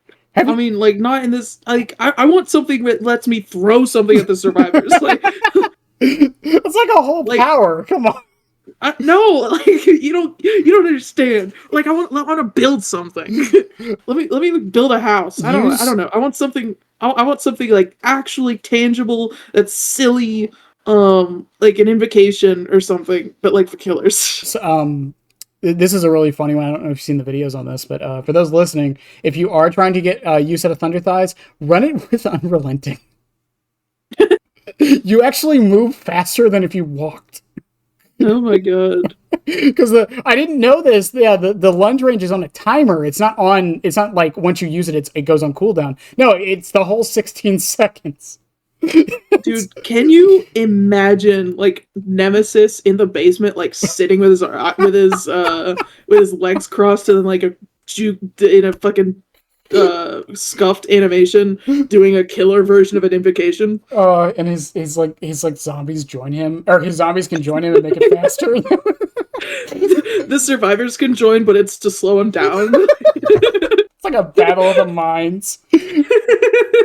They enter like the void, and a chase is happening. Like I just want more. I think they were really cooking with Nick Cage's perks, and they need a killer version of Nick Cage. I think it's hard because like a lot of like silly perks can sometimes be an issue like on the killer side. I don't know. Because I'm trying to give us some weak silly perks. I'm trying to think of one off the top of my head. I really can't. Yeah, exactly. Give us some solid like D tier, but like they're goofy. Like give us some different, like an alternate animation or something that you can place or again throw. Like not to damage, but like I don't know, like a snowball, like the equivalent of that. Like I would love one that's just like you can place little like bombs around the map. It's like a token system. And when they get hit with the bomb, it like chases like they get in the detection range and it like chases them down like a bomb from Mario. And if it hits them, they just scream. That's it. That's all it does. So something silly like that, or like I don't know, or maybe you can injure them, but it can't down them. I don't know. Something like that. That would be funny. Oh my god, something I absolutely want as a perk is something that lets you bring like a companion into the game. Like okay, like not like a dog, but like a drone or a little spider or a little bug. Just like something that like does something kind of small but you could get really emotionally attached to. Like drops a like every time you get hit with a pallet, it like grows or something. It does something. Like a killer version of a Roomba. I want a killer version of a Roomba. I don't That's what I know. I want. don't know. Snug's AI makes me kind of not want that. No, not an AI. No, its AI is just it follows you. Like It just follows you. Okay, fair enough. Fair enough. it doesn't have any pathing or There's a anything. It's there's a League of Legends actually has something similar to this. For the jungle role, they have these all the items for the junglers come with a little pet. The pet doesn't. See, I want a pet. The pet doesn't do anything, but it does like grow as like the game goes on, and like you get like your objectives done, and it just gives you a buff once it's fully maxed. That's all it does. Yeah, I want the equivalent of that. Snug can have a buddy. I don't care about Snug. Hear me out. Snug is too finicky. Hear me out. Make Snug an orange cat, and his AI makes sense. So speaking of, this is really completely off topic. I have one of that. Is it guinea pigs you have? I have guinea pig. Okay, yeah, I see. That's in the art I use for my channel. It's Charlotte holding my guinea pigs. Okay, I'm very ignorant towards they're technically rodents, right?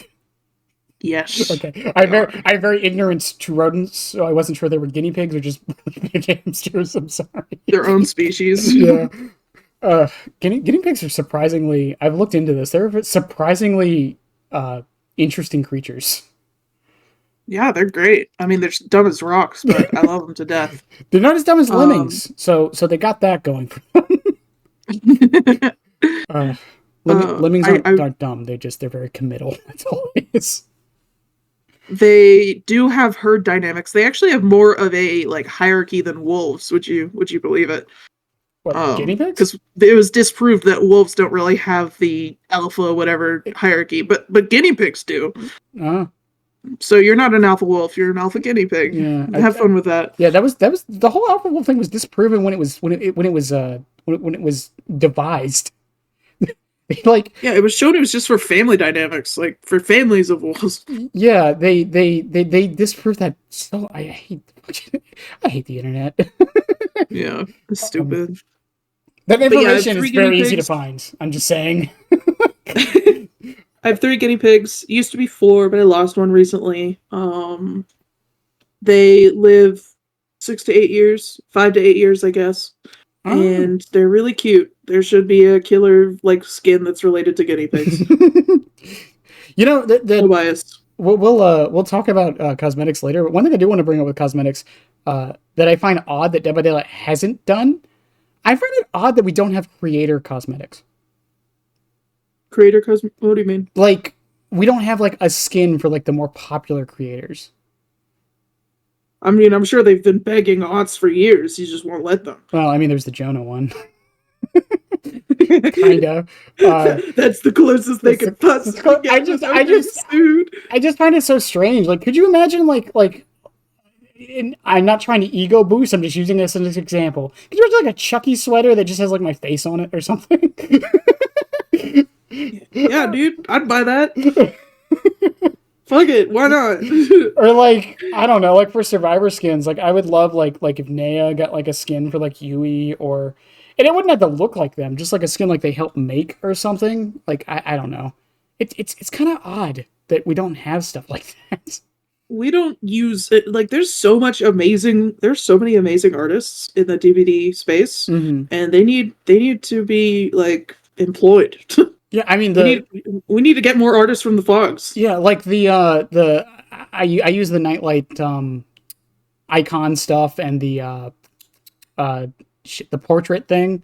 I forget the artist one I use, but the art is fucking incredible. And I'm like, behavior. Hire this person and make this something I can buy. I will buy it. I will spend like $10 on this. I don't care. Like for like a portrait pack. I would totally buy that. I don't like. It's so weird that like And again, I understand it's a business, and I don't try to crap on it completely, but I get it. Like some things like the recent HOW Master skin being $20 is ridiculous, but behavior Yes. like does all of these things that like, oh, we're trying to make money, and people call them greedy and stuff for it. Meanwhile, they don't do these other obvious things that people would willingly spend money on. Dude, I would spend an abhorrent amount of money on Victor Cosmetics. Like $50. I'd spend $50 for a Victor Cosmetic. Just give him a Um, top hat. I'll spend $20 on a top hat for Victor. yeah. Like they just need to put more resources into that because like people love seeing little guys in cosmetics, like in wearing things. No, except Chucky. Um, okay. Well, we don't need Chucky's his own problem, all right? I'm just wearing a sweater. All right, let me wear a sweater. Yeah, they did give him cosmetics. He has cosmetics. Yeah. And then the reason he doesn't have more is just license issues. Yeah. But Victor, he is not licensed. He's a little guy and he needs clothes. So let's get on that. It would be great. This kind of leads into the next thing, which is the state of the game. So before I ask you, all I'm going to say is the game is in a very weird place right now, I feel. Mm-hmm. I think it's at like a precipice, if that makes any sense, where it's kind of like swaying to where it's going to be for a while, but it's not quite there. And I think it's where a lot of people's frustrations are. But in general, though, how do you think the state of the game is? And this includes the community, if you want to bring that up too. I have been playing DBD for years, and I've seen it. I've seen it in during its Circle of Healing meta. I have seen it during its eruption whatever meta. I have seen stupid, absurd changes to perks and killers. I just think that I have never been worried that this game is just like, oh, they're gonna make such a bad change that like the game's just gonna die suddenly. So I don't think about the state of the game as in a sort of like panicked state of being like, if they don't stop this train, then it's going to lead to their like it's like a prophecy. Like it's I don't think their fate is prophesized. I think that the game will fluctuate and its metas and its people and its characters will grow and change, and I think that's a good thing. I don't want to see it stay in any state. I guess balanced or not. Like I think it needs to change consistently in order to stay. It's like a shark. It needs to keep moving. Yeah, and I think we're at again. I think we're at like a position where, especially with the devs on vacation at the moment. But I think, which well deserved, by the way. I'm not saying they shouldn't have vacation. The devs are on vacation. Yeah, they take vacation in December. Oh, that's fun. That's why we don't get that many updates in December. I didn't know that. Yeah. They released the event, or they released the event, and I'm just like, whoa, cool. Yeah. So behavior has actually been, and this is something I think people forget. Behavior has consistently been voted one of the best places to work in Canada, because they get their breaks, they get their lunchtime, they get their vacation time. They don't crunch. They don't do all of these things that a lot of other game companies do. That's why updates. And don't get me wrong, there are times when I'm like, all right, guys, can you fix this already? But like, that's why updates take so long. I didn't think that updates took that long, honestly. I was like, I mean, I guess I don't know. This is the game that I've gotten the most involved in ever. So to give you an idea, the previous game that I was obsessed with was, I mean, I had a Minecraft phase, and then embarrassingly enough, I had an Among Us phase. So Dead by Daylight, I mean, it's just. So I don't have any comparison to look back on. To give you an idea, so Overwatch gets about an update about every 3 to 4 weeks. So it's a little faster than DBD, but not too much, to be honest. Yeah. League of Legends, which is the game I came from, that gives that probably spoiled me with this. They get an update every 2 weeks. Whoa. And they get a massive meta shakeup every 6 months. That's pretty cool. Yeah, it's really nice. um, that's where I came from. That's why I like, to me it's a little slow, but I've gotten used to it over the years. I don't think like the updates to this game are as slow as people, especially recently. We get an Well, I think update minimum every month and a half. I think they've been doing well with updates, and they've been doing well with events, and like I think the game is in a good state. If Hmm. that's if we're doing a final answer type thing, that's my answer. It's doing well. Good Yeah, job. there's some um, outliers things, but a lot of the outlier things are just not easy to fix. As you can see on screen, slugging. Is there's not okay. there's not I'm just saying that there's not an easy fix all solution for that, unfortunately, that would be beneficial for everybody. And that's not a twins problem necessarily. There's a whole slew of changes that cause that one. But I think. Sorry. no, go ahead. Um, Go ahead. I think that like perspective matters a lot, and I surround myself with people that really love the game. So I just I don't see as many bad things. I don't see as many flaws. I'm just like, wow, we're all enjoying this. This is great. So I guess I I mean, know that there are a lot of really valid complaints, but it's kind of like an out of sight, out of mind thing. I think because like for me, doing this series in particular, I talk to a lot of creators, and a lot of creators still enjoy the game. At least most of them do, and so I definitely see that side of it. It's just I also make discussion videos, and I play a killer that is very widely hated and make consistent content on him. So I definitely see the worst sides of the community a lot. Yeah, it's And just for me when I see them, I just remove them. I remove their ability to comment on my videos and move on with my day. I try to be, and I should probably do that, but I do try to be a little more stingy with it. Unless it's something absolutely vile, I try not to do it. But I'm so not stingy. If I see someone that's like just like, oh, survivor mates are the worst or killer mates are the oh, worst, no, I'm no, just no, like, no, no, no. Yeah, that stuff I this do. is unproductive. Get out. I made a video. um, If you go back in my channel's history long enough, I think I made it like, I think it was during the Twins PTB. I made a video. It was titled "Survivors Are Too OP," and the video is 5 minutes long. And the first 2 minutes is me ranting about how broken and OP survivors are, and how the devs never do anything for killers. After the 2 minute mhm. mark, then it's like, okay, guys, that was a joke. I just wanted to see who actually listened to the video and who didn't. I clickbaited on purpose.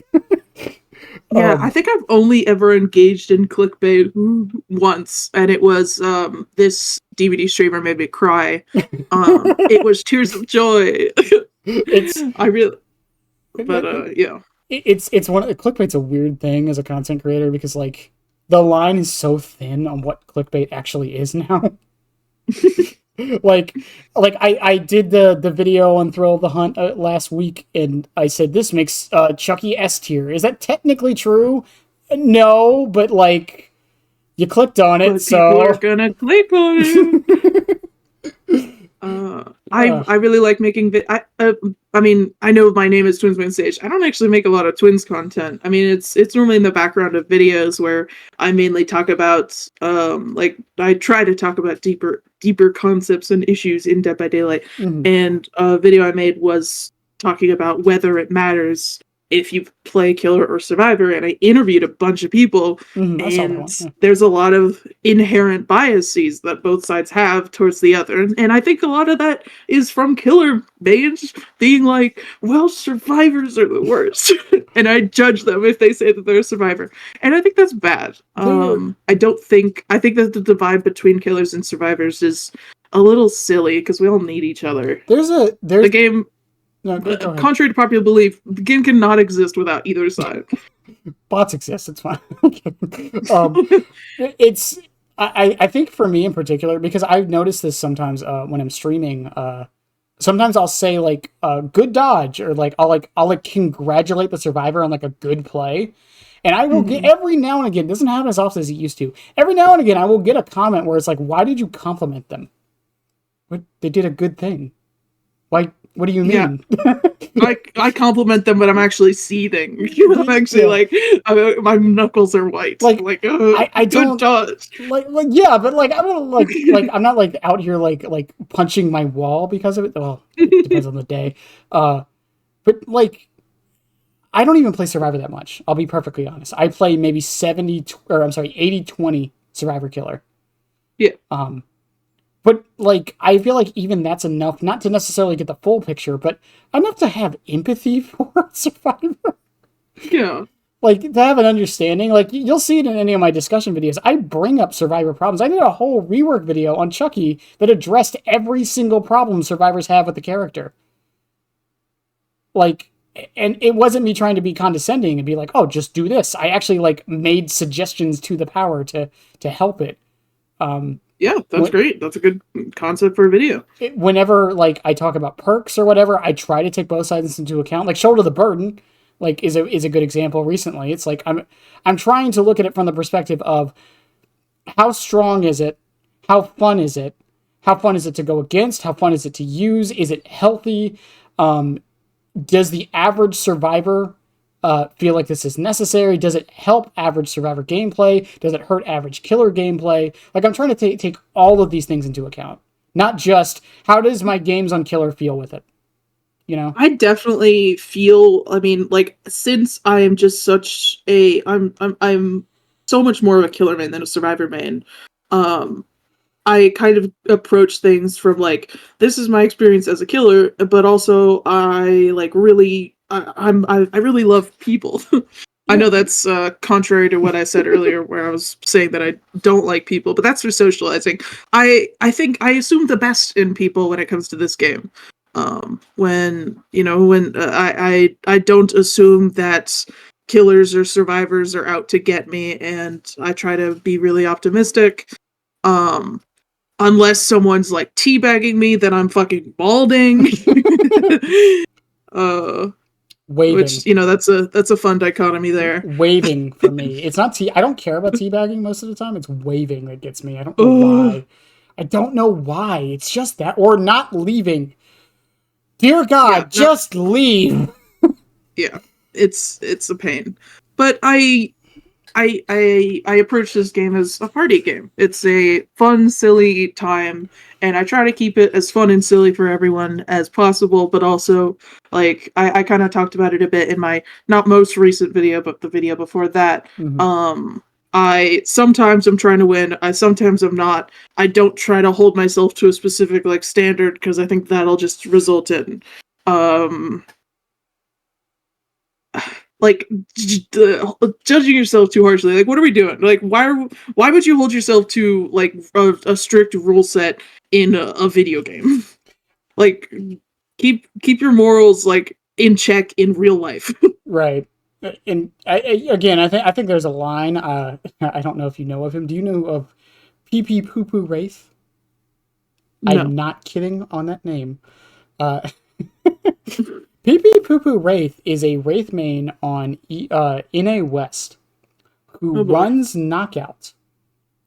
And every single match, all he does is slug people to bleed out. That's all he does. See, like situations like that, they're hard for me to like really comment on because like I mean in that case it's like I don't know, maybe this guy actually gets joy out of that, or like I do think that people that farm salt, they exist, absolutely. Well, he But it's doesn't just, he doesn't stream or make content. what? Yeah, What is he doing? exactly. He's also, from what I've been told and it's seen, he is not the most understanding of persons. Let's go with that. That's so Let's weird. just say if it has a phobic behind it, he's probably one of them. I don't know. Like that's just people like I think there will always be examples of people being like hateful or Mhm. malicious.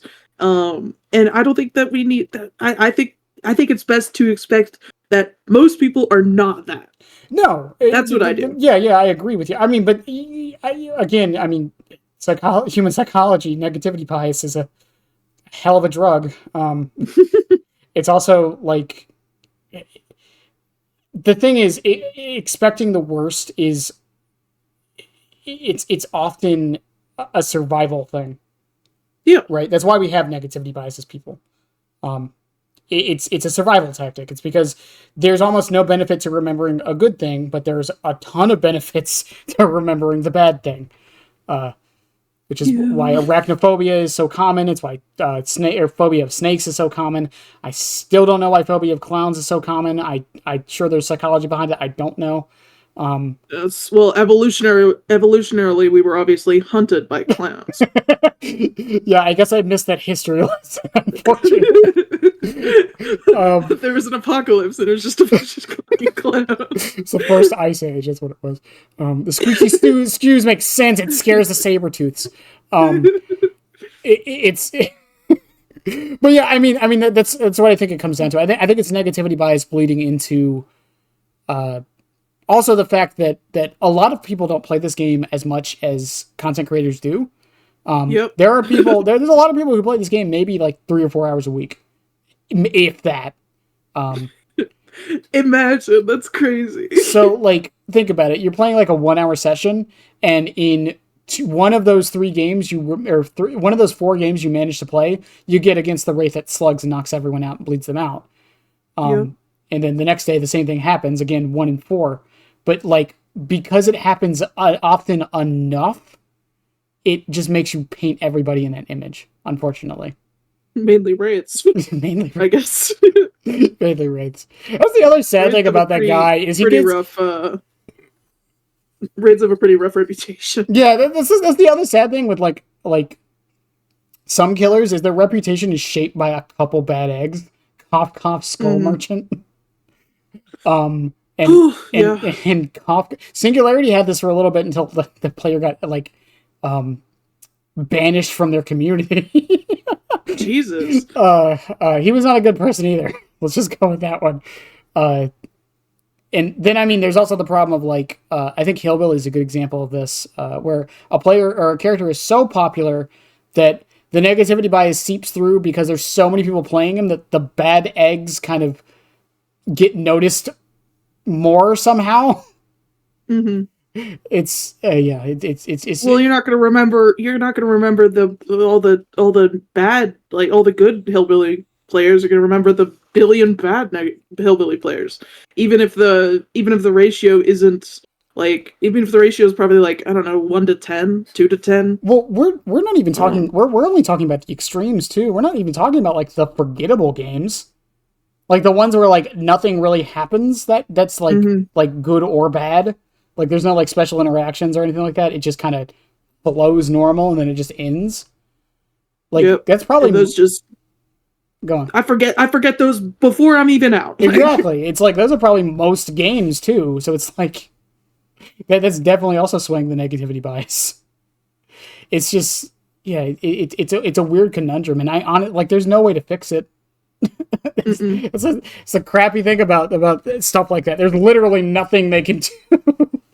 It's also kind of like the nature of it being an asymmetrical game. Like it's just a lot more difficult for both sides to understand each other. Even people that play both sides, there's just going to be situations where it's like, it feels like the other side, like it's very easy to look to classify like an outgroup that you don't like. Yeah, and I mean, like in most other like PvP games, it's like Valorant or Rainbow Six Siege, like both sides end up playing defender and attacker. Right? You start off on one side and play it more, but you do end up having to play the other side too. So like you get but there's no instance where at some point as a survivor you switch sides and now you're a killer. And I wouldn't want them to add that because I think that would be frustrating. Because that's how Friday the 13th worked. Was you didn't select Jason, you selected play game, and one person was randomly made Jason. I kind of wanted like that to be how Chaos Shuffle works. I wanted it to just be like, "Are you ready?" And you just say yes, and then random perk, random map, random killer, survivor, everything, random add-ons, random items. Like it do everything for you, not just random perks. Yeah, some people have told me they won't do random add-ons because some killers need some add-ons. It's Chaos Shuffle. Who cares? No, I don't understand that at all. Like if I don't think. I mean, there are definitely some killers that really rely on add-ons to the extent of like it's harder to win. It's I don't think chaos. there's any killer that add-onless you lose. Yeah, and then there's like some killers, I guess, where like add-ons completely change how the power works. But like even then, who cares? It's chaos shuffle. The whole point. The whole point is to use It's stuff. for it to be chaotic. Yeah, it's supposed to be completely random and like use what you got. Um, but yeah, I mean that's another thing with state of the game. Like, did you see the changes they're doing to the Christmas event? No, no. Oh, wait, kind of. They're like adding snowmen. They move on their own. I Yes, remember that is that. such a good change. I think that's fun. It's so hilarious. It means I don't have to just sit there and pretend anymore. I can actually move, and they won't know. Dude, I'd sit there for an entire fucking trial. I have so much patience when it comes to being silly. I can't tell you the amount of times I've been basement Bubba when with nothing happening, just like twiddling my thumbs in the basement, waiting for something to happen. You did the fishing video a couple weeks ago, right? I did. That was Yeah, great. I have been doing this for years. With you stole my idea. No, I've been doing this for years with Deathslinger. I think I left a comment on it about it. Oh my god, you got me! I stole the idea from Yeah.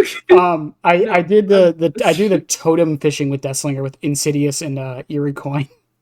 that's completely different. It is, but I also do it with Xenomorph with Dragon's Grip. Dragon's Grip Well, with you can do that Jin. with anyone with dragons. I mean, I guess not anyone, but I actually did that with Onryo because did you know when she's standing still, she makes no noise, like while Insidious, because she doesn't breathe. Oh yeah, and her lullaby wouldn't go off because she's not in her power. Exactly. Yeah, Mm, completely silent. mm. I'm gonna add that to my repertoire. do There's do you also have a video idea list? I used to. It hasn't been there for a while because Chucky keeps getting changed every week. So, Oh, um, I have a long video idea. um, Uh, I was also going to bring up. Do you know what Chuck spots are? yeah, I know. I know. It's I have 5,000 hours. yeah. I mean, you don't. Some people don't know what it is. I don't know. Chuck spots are really funny because the amount of times I have waited at a Chuck spot for literally 2 minutes. And Yeah, people, because Chucky's the only killer that also can the only killer that can do check spots. Wolf form can Or do it.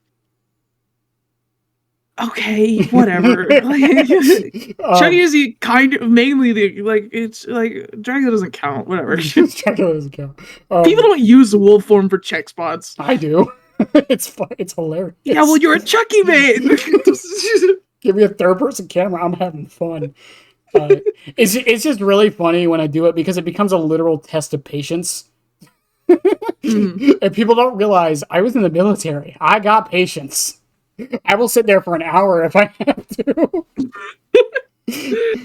uh, it's just it's so funny to me. I have a hard time recording like meme thing, like silly, like basement bummer fishing twins on stream. Mhm. Because if nothing happens, I'm like, fuck, I gotta do all the entertaining. Uh, But if it's recording, it's like so easy for me to just sit there on my phone scrolling through YouTube shorts. the VOD's probably not up, but when I did a fishing Deathslinger stream for 6 hours. Oh my god. Yeah, it got to a point where I was getting so insane. I started talking to the crows on the map. Oh man. What would fly down? I started naming them. Jesus. I still enjoy it. I will. I can have fun staring at a wall, so it's perfect for me. I just turn on music during those streams and just have fun with it. Mhm. Talk about random stuff. Clearly, I like to talk, so I can talk about anything. I'll bring up the Pythagorean theorem and how useless it is. Yeah, fuck the Pythagorean theorem. Absolutely. Let's talk about that. Let's talk about a squared plus c squared equals b squared. I don't care. Listen, yeah, Miss Stevenson in the third grade. Look at where knowing that got me. Now I make money on YouTube. Listen, you told me playing video games wouldn't amount to nothing. It's I don't know. I think it's a different kind of style to the game. Like, and again, like going. This kind of goes back to the state of the game, but I do think people care about winning too much. And Yeah. I think Yeah, but like that's another problem that the devs how do they approach it? They're just like, if you don't care about winning, we'll give you like a hug. what You don't get blood points for not winning. and, You don't get you get that fucking really frustrating entity hunger screen if you lose. like, and they can't even Um like because some people said remove MMR and it'll fix it. No, it won't. That will not fix no. it No. because people were I doing this think before MMR. people have too much faith in MMR. Like, Or lack or too much of a lack of faith. Like they put too much you just MMR just it matters just like not as much as I think people think they do it's that it also does. hidden. I don't worry about my MMR. It's hidden. Why would I? If I lose, I lose. If I win, I win. That's how I play. But I like, think I mean I guess it's honestly just based on like your own experiences. Like you could just be like, yeah, I'm probably high MMR and you're not. um I guess unless you go against a hacker, then they could tell you. it's just a weird thing. Like, I get the complaints against MMR. It's just I don't fully agree with most of them, but that's just a me thing. Mhm. I think the biggest problem with MMR is just a player mentality thing, and that's not an MMR technical issue. So, Do you think it should be hidden? do I think it should be hidden? No, Yeah. I think if it does exist, it shouldn't be hidden. The way it does. I think Do if you it, not think it exists? I don't think it works properly, which I think is part Okay. of the problem. In the sense of like, I hate that people blame MMR on so much when I honestly don't think it works 90% of the time. I will go from a match against baby survivors to a match against like a comp team like every night. So either MMR doesn't work or I, I don't know. I guess people are really good at hiding. I don't know. I legitimately don't know. It's just like I would love Dead by Daylight to have a ranked mode of some kind. I've made my suggestions on how this could work too, but it's MMR is just a weird. It's a catch-22, and the amount of people who like watch my gameplay and are like, "You're only able to do this because of low MMR," and it's like, well, I win most of my games, I so mean, I might be low on MMR because I mean, I guess you see, I'm friendly to a lot of survivors. right. And I've gotten some passive aggressive comments being like, "Don't expect me to be impressed if you post a win, because clearly you're low MMR." And I'm like, "Well, I'm definitely the type of content creator that would be like, wow, look at these stupid fucking baby survivors that I dominated. Even like when I do That's me." even when like I do like a build showcase video, I think people misunderstand the point of a build showcase video. It is not to Obviously, it's to show you winning. yeah, it's to show you, hey, this perk works in this situation or against this kind of team or on this map or with this Mhm. killer. It's not to be like this perk is amazing and you should always run it. Yeah. And it's like, well, the survivors you were going against weren't that good, so it's not that good. That wasn't what I was trying to say. Yeah. Like I did a video on Disillusion, and how it's pretty okay on Chucky, and I got so many that are like, well, if they're a good survivor, they just won't get this won't work on them. Like, okay, whatever.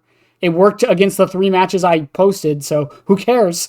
Uh, it, That's for me when I don't I guess I don't do build showcases, but I recorded abundance of footage just in case because it's like, well, I have all these examples, so there's more useful so than are you you going to think. trust the 10 games I posted or your own opinion?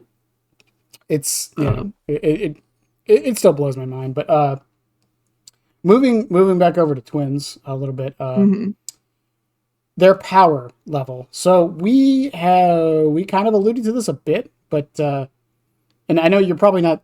I'd assume you're not a big fan of tier lists, are you?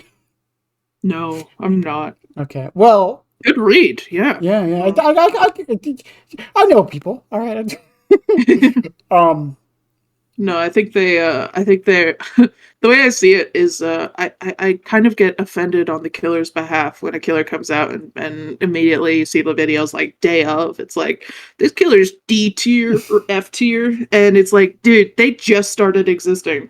That's like rating a baby's like ability to run. Like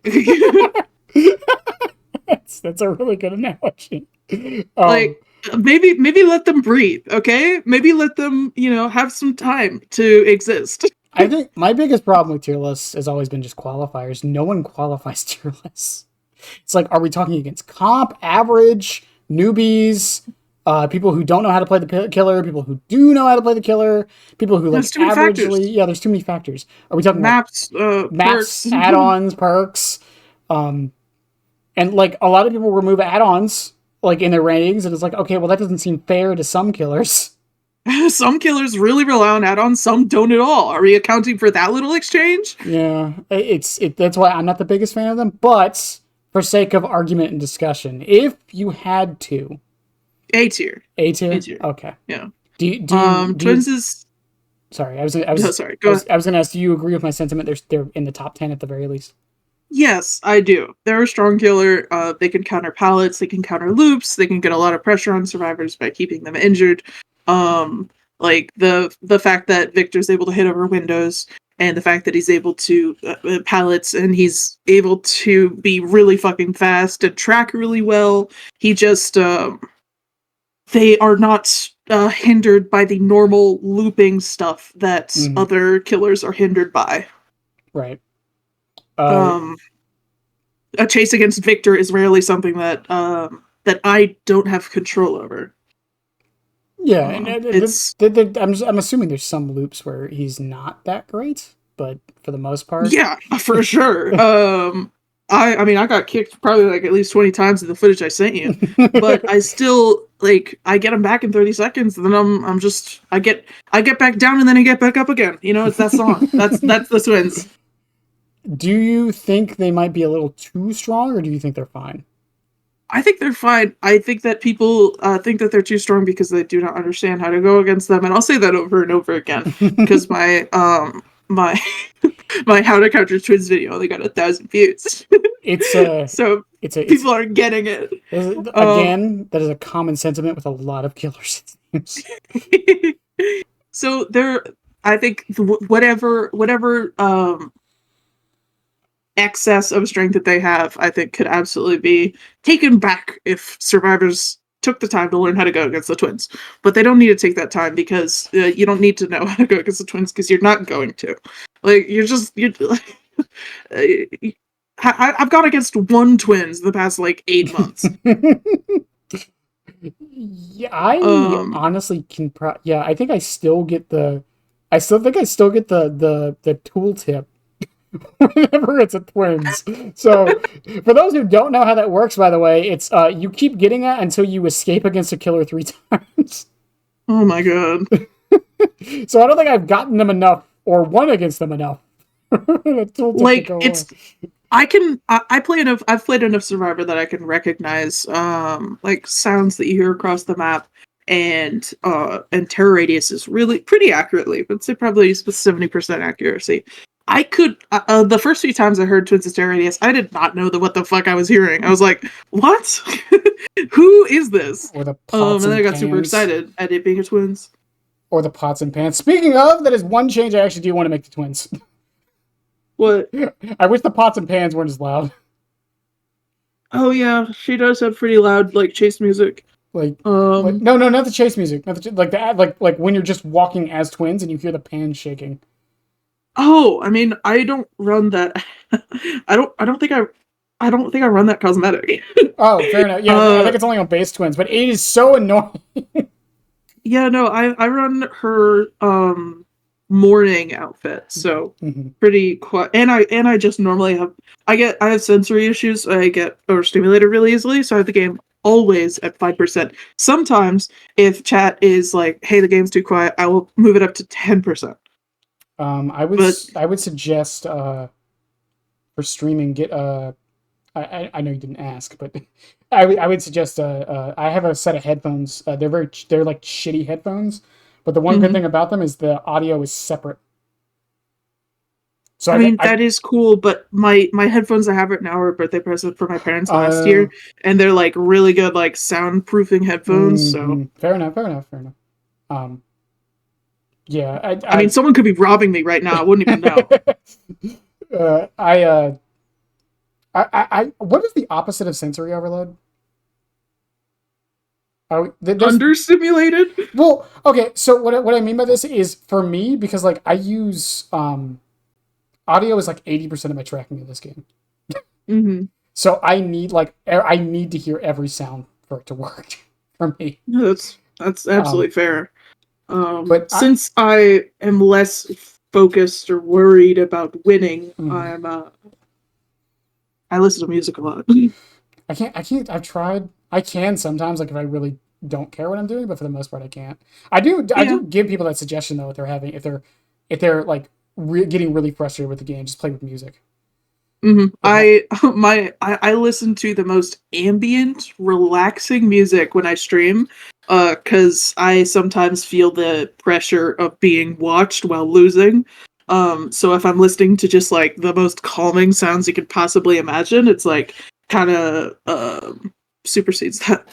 Um, moving on a bit from the power level.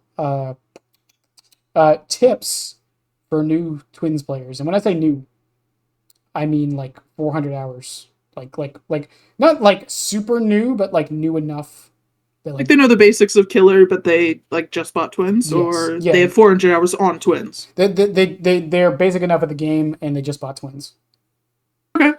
Um, I would say don't run add-ons for a while to just to get used to the base power. Uh, be use Victor kind of as much as possible. If you're not if you can't find someone, you should definitely just be like you should be switching between them, just like getting a feel for it's a lot of trial and error. Getting a feel for where Victor should be and where survivors should be. They don't really have a very intuitive power or counterplay on both sides. And everything I learned was from, as I said in my counterplay video, it was grueling trial and error. There's just gonna be like you're gonna try and jump over a pallet and you won't be able to, or try and jump over a window and you won't be able to. You're gonna there's gonna be really annoying hitbox issues. But I do think they are really worth the you gotta it's kind of like there's this barrier that you got to push through, and then you're it gets better. Mm. The more you play twins, the better you get at them. I guess that should be intuitive, but it's like you kind of get worse and then you get better. Yeah, again, they're a very unique killer, so you can't really even Dead by Daylight is already hard to translate skills over from other games. Uh, Mhm. Twins is just different from every other killer, so it's hard to translate even that If stuff. I like a killer's playstyle, I would say Oni is the closest to comparison. Hmm. They both have two forms. Oni has his rage and then normal, and then Twins has Victor and Charlotte. And I think that and they're both very good at snowballing. It can be really demoralizing. I think that they have the most punishing like miss of a power. I think literally being kicked in the face, like that is People, it just feels bad. Like people, it literally like people have I think it causes psychological damage. It's like fuck. people have suggested that for Chucky, and I've said the same exact thing. Do you know how bad that would feel? Just Like, do you know? Yeah, it does not feel good to get kicked, and you will get kicked, even though a lot of survivors don't know you're supposed to. They'll see the prompt, they'll click stuff. But they are a very strong killer. I mean, like, okay, very is a big word. They're a strong killer, um, and I really think they're worth the work. all right. And tips to go against. I know you've done a whole video on this, but I did. Damn, I deleted the script that I wrote, but you delete this. Wait, well, hold up. You delete your scripts? yeah, because Why? otherwise it's like the scripts is in the video, all right? Like, I keep. I don't make many, but I keep all my scripts. It's like moments in time. I don't know. it'd be too long. I if you're going against the twins, Victor has a lullaby. You're able to kick Victor. Victor can jump over windows and pallets. Um, if someone is downed near you, the cooldown to kick Victor is longer, so you should absolutely go for it. Victor jumps further if he jumps from a height. So if he like shows up out of nowhere, there's a chance he just jumped off a cliff from somewhere else. It's not like hacking or something, which I've been accused of. Um, when it is you should absolutely, like, if you have Victor attached to you, you should keep him. Like, I call it babysitting. You should babysit him because the faster you crush him, the faster Charlotte gets her power back, and then she's just able to bring him back, and then it hit you faster. Um, which I think I talked about. It's not really intuitive to not get something off of you. Like, there's a bunch of killer powers where they inflict you with some thing, like Crows, Ouroboros, Slipstream, and the game is telling you, you need to get that shit off of you ASAP. Otherwise, things will get worse. But things don't get worse with Victor attached to you. Like, you don't get hindered. You're oblivious, but that's you're oblivious, broken, and incapacitated. But you can chase, you can vault, you can draw pallets. And with Victor attached to you, Charlotte is reduced to an M1 killer. And if you have 400 hours, you know how to loop an M1 killer, or hopefully you do. I didn't, but hopefully you do. But slugging is kind of inevitable. It's kind of important to not like, don't take hits for survivors. Let the survivor go down and then kick Victor and then pick them up. If a snowball play is happening, it's kind of better to stay hidden and like be patient, because I mean, I know from my experience, if I have 3 slugs, I'm actively like patrolling around the slugs because I assume that that's where they're going to be. So like, you gotta just wait that out. Okay, fair enough. And I mean, people need to like spread out if they're being slugged, which I don't see enough of.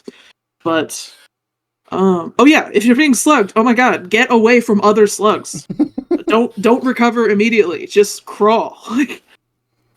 Don't crawl to the corner of the map, because that will leave you in a dead zone. Like, crawl to like a pallet or something. Staying healed, I think, is important. It's not really like a Legion situation where they can injure you faster than you can heal. I think healing is worth it, especially with how good Victor can't see scratch marks. That's another thing. You can, if the twins is relatively new, you could lose Victor pretty easily by like ducking behind a corner. You can drop pallets on him, which I do think is worth it because it crushes him for 30 seconds. That's all I got. That's all you got? I mean, that was a lot. most people just that. Yeah, most people come in here and they're just like, activate Hag's traps. But that's good. That's good. I'm glad. I mean, again, I know you did a video on it recently. It's just. I'm glad I recently made a video. It's like I was prepared. What are we on? Oh, lore. Are you a big lore head?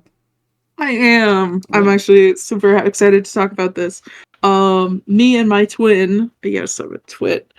You know this, but anyone who doesn't, me and my twin have been working on an animated story set in the Dead by Daylight universe. Animation takes forever, so this is a huge work in progress. But we have delved very deep into everyone's lore. We've rewritten some of them. Dredge, Nurse, Hag. some of the more some of the more problematic lore or just bad lore we've just retconned or rewrote. I don't rewritten. I clearly don't know English. Yeah, I'm really big on lore, and I love the twins' lore. I think that I have never been thought of, or I've never literally been witch hunted. But I've felt very isolated and alone, and I really relate to Charlotte. Like, she knew that Victor was dead, but she just was never willing to accept that, Mm-hmm. and she did everything she could to preserve him, and that is the reason that he came back, and doing something futile but important to you. I think like that's a big theme. Like I live in this tiny little bubble where I make silly psychology videos about DVD. And I know it doesn't matter, but it matters to me, and that's why I keep doing it. Yeah, Um, even if it like helps one person or changes one person's mind, it's worth it. yeah. Um, I I just all I really want is like I don't think I've ever resonated or connected with a character in the same way that I've connected with the twins.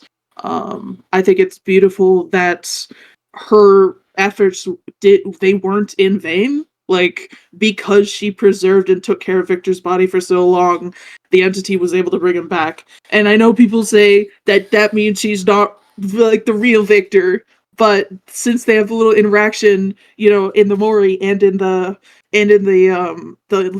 lobby animation where they like hold Listen, hands or look listen, up at each other, that's real. Okay, that's the real Victor. listen. Maybe an I, extra eye, but like, I have been in the Dev community enough to know that having the philosophical debate on what a person actually is not one that we're ready to have. Okay, it it's Victor. is Victor. Um, I I think they're so tragic and beautiful. I think their tome lore was really well written. Um, They're and also you really just you want the best for them. Like you want to see them succeed. It's the type of killer where you don't finish reading and you're like, okay, well this fucker deserves it. yeah, like they're um, one of the few killers. I used to think it was a lot more than it is, but I think it's because Twins and Deathslinger were just done so well, where they're not mhm. inherently evil. No, not at all. I don't think so at all. Um, Can I think I'm willing to talk about spoilers for a story that doesn't exist yet. It's up to you. The I can't way stop you. Charlotte is it's the story of like a rebellion of the survivors and some of the killers against the entity. And the twins, they join the good side because I think that Charlotte's capacity to love Victor shows her capacity to love overall.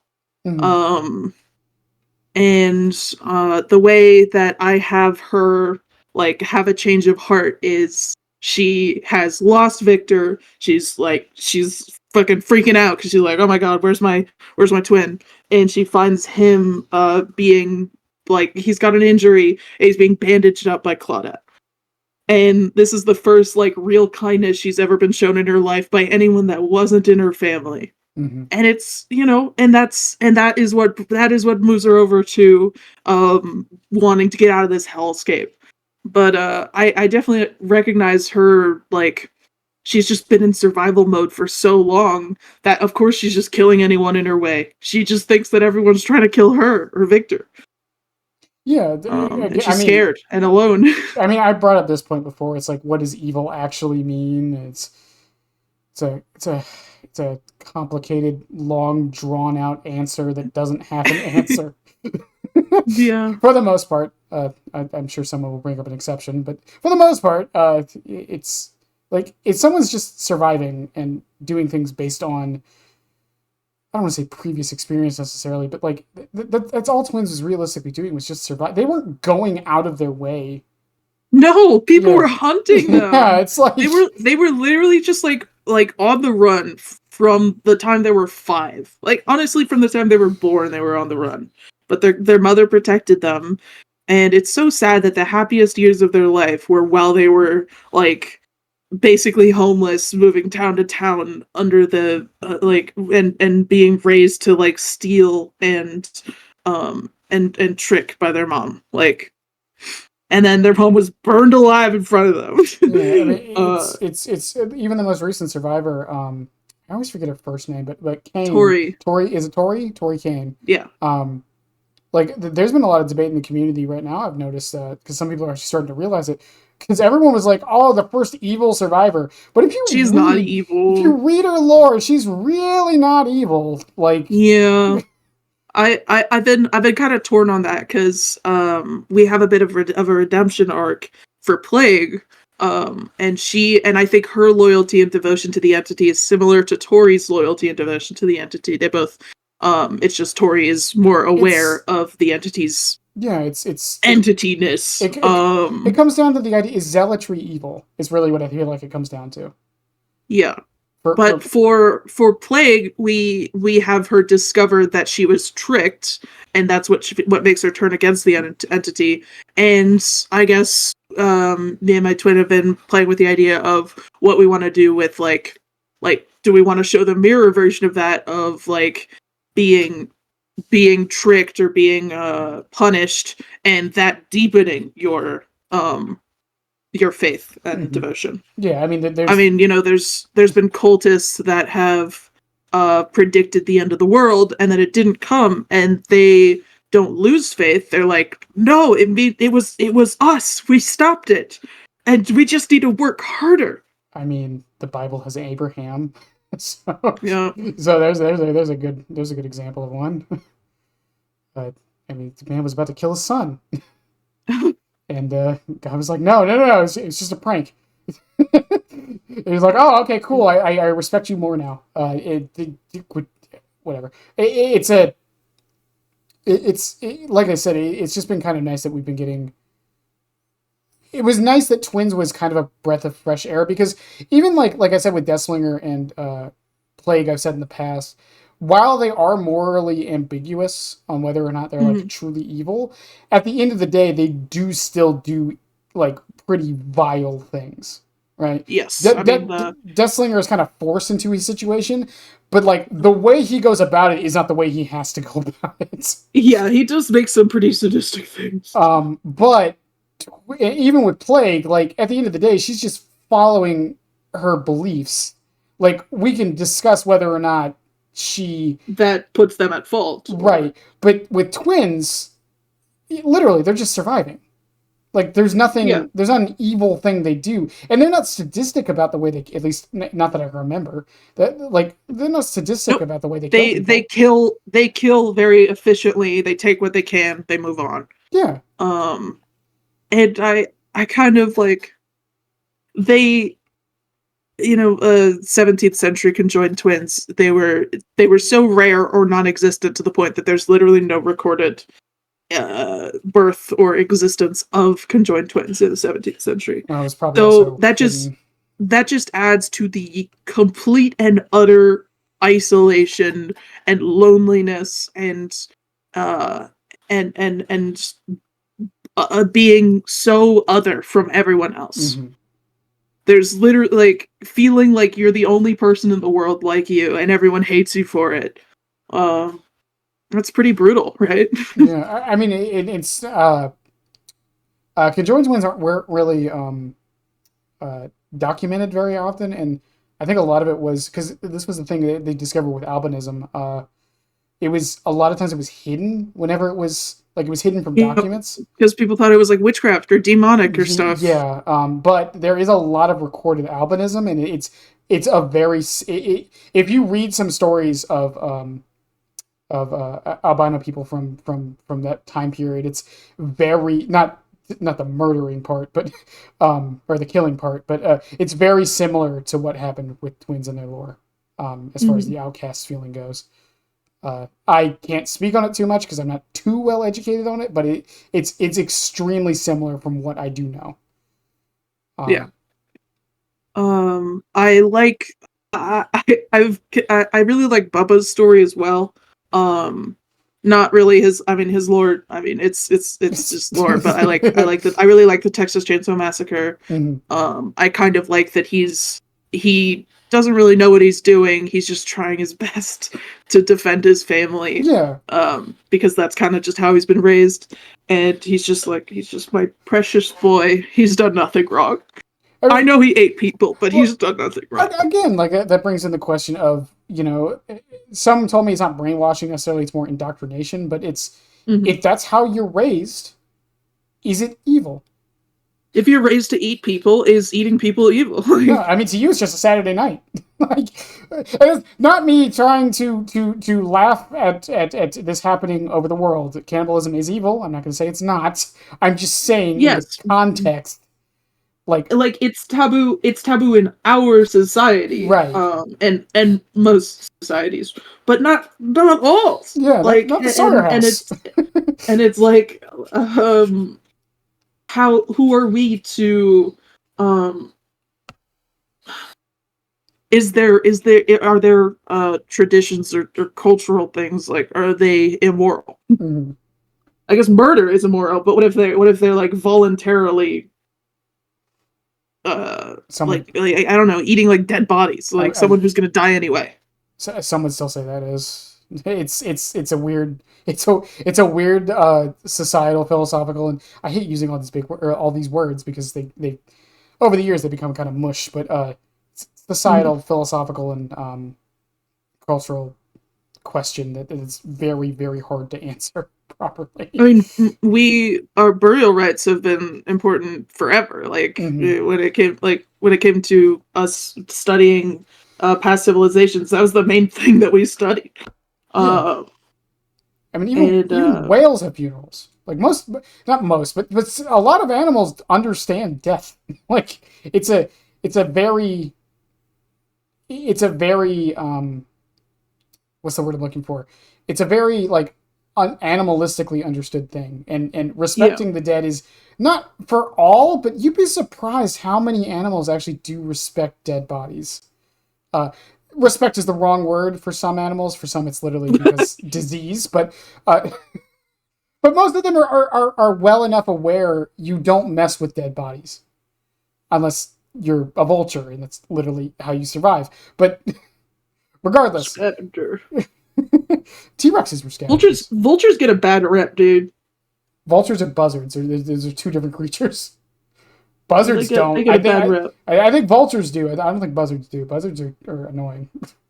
I don't know what the fuck buzzards are. It's think of I a thought they were the same thing. no. A buzzard is like a vulture. They're smaller. And think of a vulture, but it's purposefully annoying.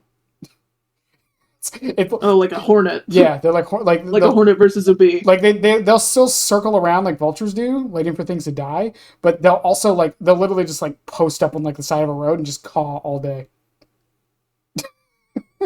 for no reason. It's really annoying. I have a bunch of them where I live, so ugh, it's not even going into their self defense. Do you know what a vulture does for self defense? By the way, No. they Play dead? they puke on you. Oh, gross. Yeah. They vomit. Also, I noticed, You cut. I don't actually want Victor to be able to see scratch marks, but I do want him to be able to see perks and hexes. I think, like, not I perks don't have to affect him. I just want him to be able to see perks. I can see that. I do think it's odd that he can see gens and not the rest of them. Um, Well, if I couldn't see gems as Victor, I would be really upset. Object permanence. I'm kidding. I don't have it. I don't have that. You had it before you could spell it. I promise. I never learned. I never learned object permanence. um, I'm not looking at my phone right now, so therefore it does not exist. it. I can see that for sure. I don't see what a problem would be with Victor being able to see auras in general. I really don't think it would be that big of a deal. Um, I guess it would make aura rating perks stronger on him, but he's already a speedster. He doesn't need to see the aura. He's fast enough that he'll find you. Yeah, I just I think it would also lead to situations where maybe Victor will move on or move to another target instead of going right back to Charlotte. Yeah. But yeah, it's one of those. I mean, it's the same. I feel like it's the same discussion with like Nurse. It's like I feel like because a lot of people have suggested Nurse shouldn't be able to use aura reading when she's blinking. And the only problem I have with that is that it limits her perk pool even more. Yeah, she already has a relatively limited perk pool because she basically can't use M1 perks. Yeah, and I feel like Twins kind of suffers from that too. It's like, well, you can't use aura perks. You Mm-mm. can't really use. You can use M1 perks, but not as It's not effectively. smart. Yeah. So Like, if it's you're going out of your way to M1, then Yeah, it's so I feel like if it with him also lacking the ability to see auras, it like limits it even more. Which is at the same time, it kind of has brought us some unique builds that they have that other killers don't. But eh, it, it's a weird thing. I don't see a problem with it though personally. I'd love to test it at the very least, which is something I say a lot and never happens. Um, moving on from lore, unless you had any more thoughts on No, I think I've shared all my thoughts. it. Skins. We're finally at skins and Oh cosmetics. my gosh. So Listen. twins. Go on. Okay, there have been so many amazing ideas for twin skins that I've seen. Like, there's one where she's like a deep sea creature. It's not the one that she has right now, okay? Mm. Like she like actually like coral and like a diver stuff. Um Doll maker, I've seen doll maker cosmetic idea.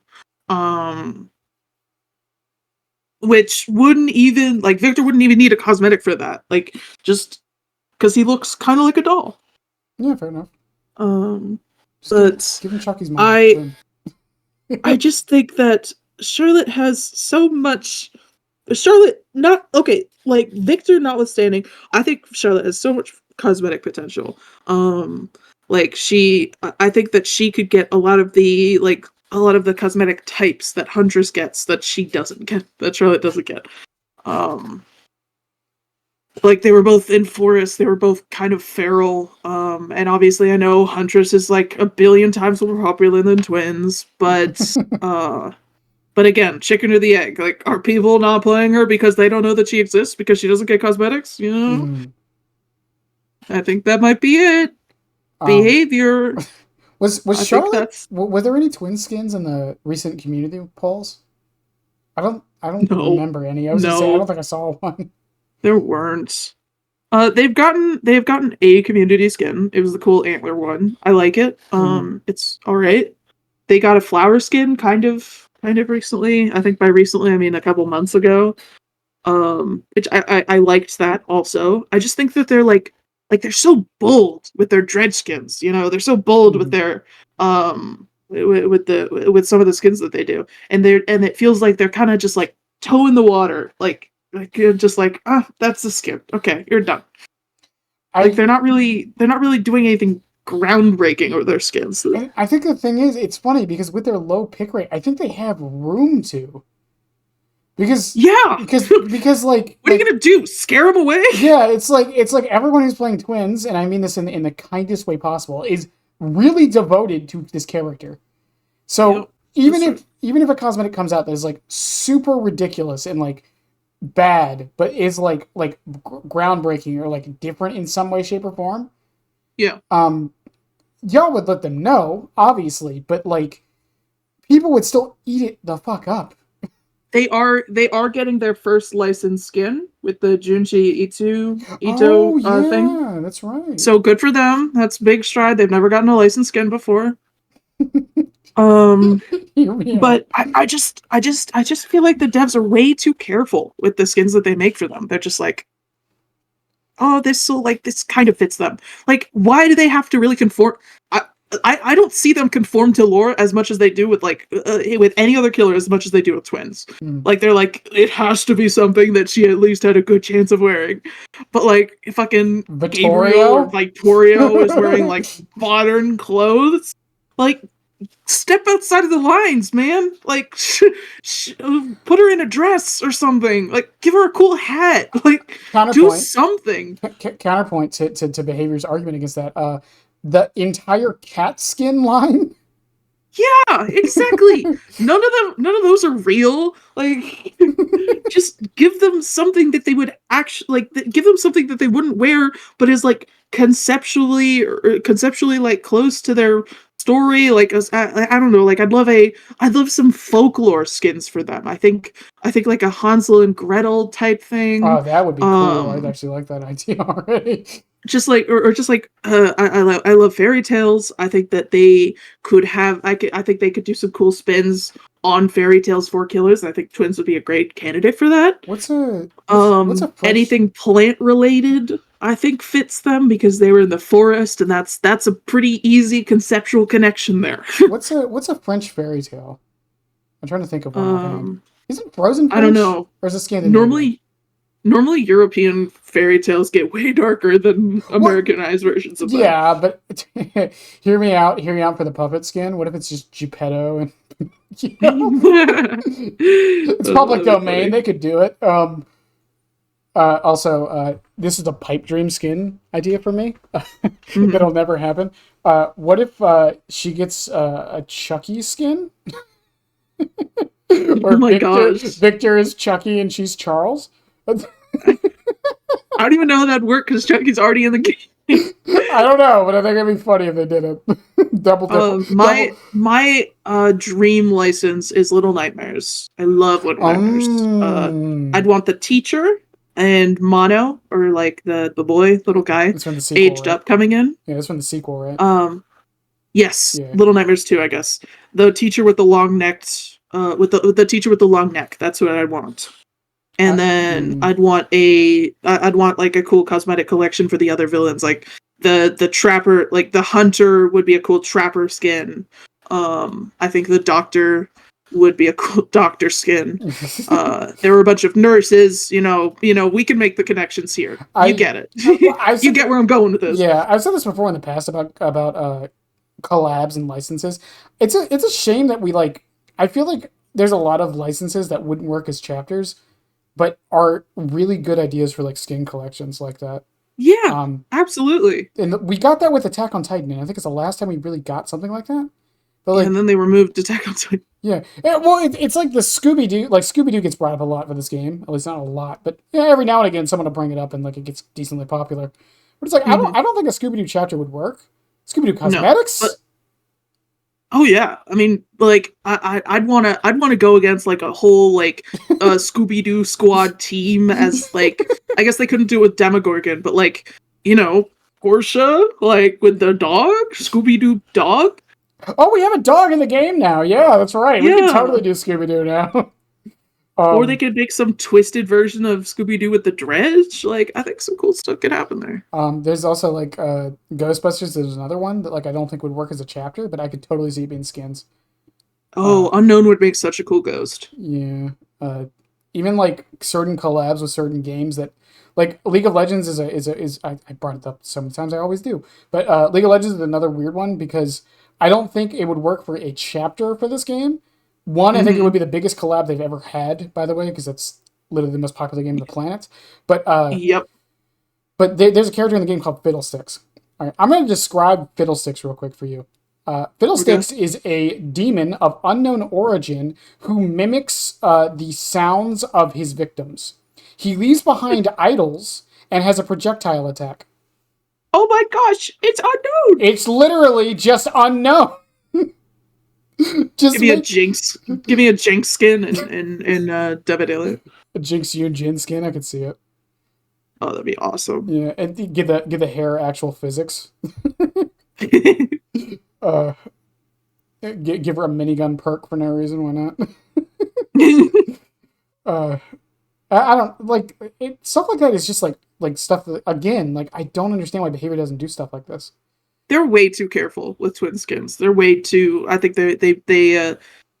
I don't know. I guess they worry that they'll drive even more people away from playing the twins, but that's just not possible. No one plays them.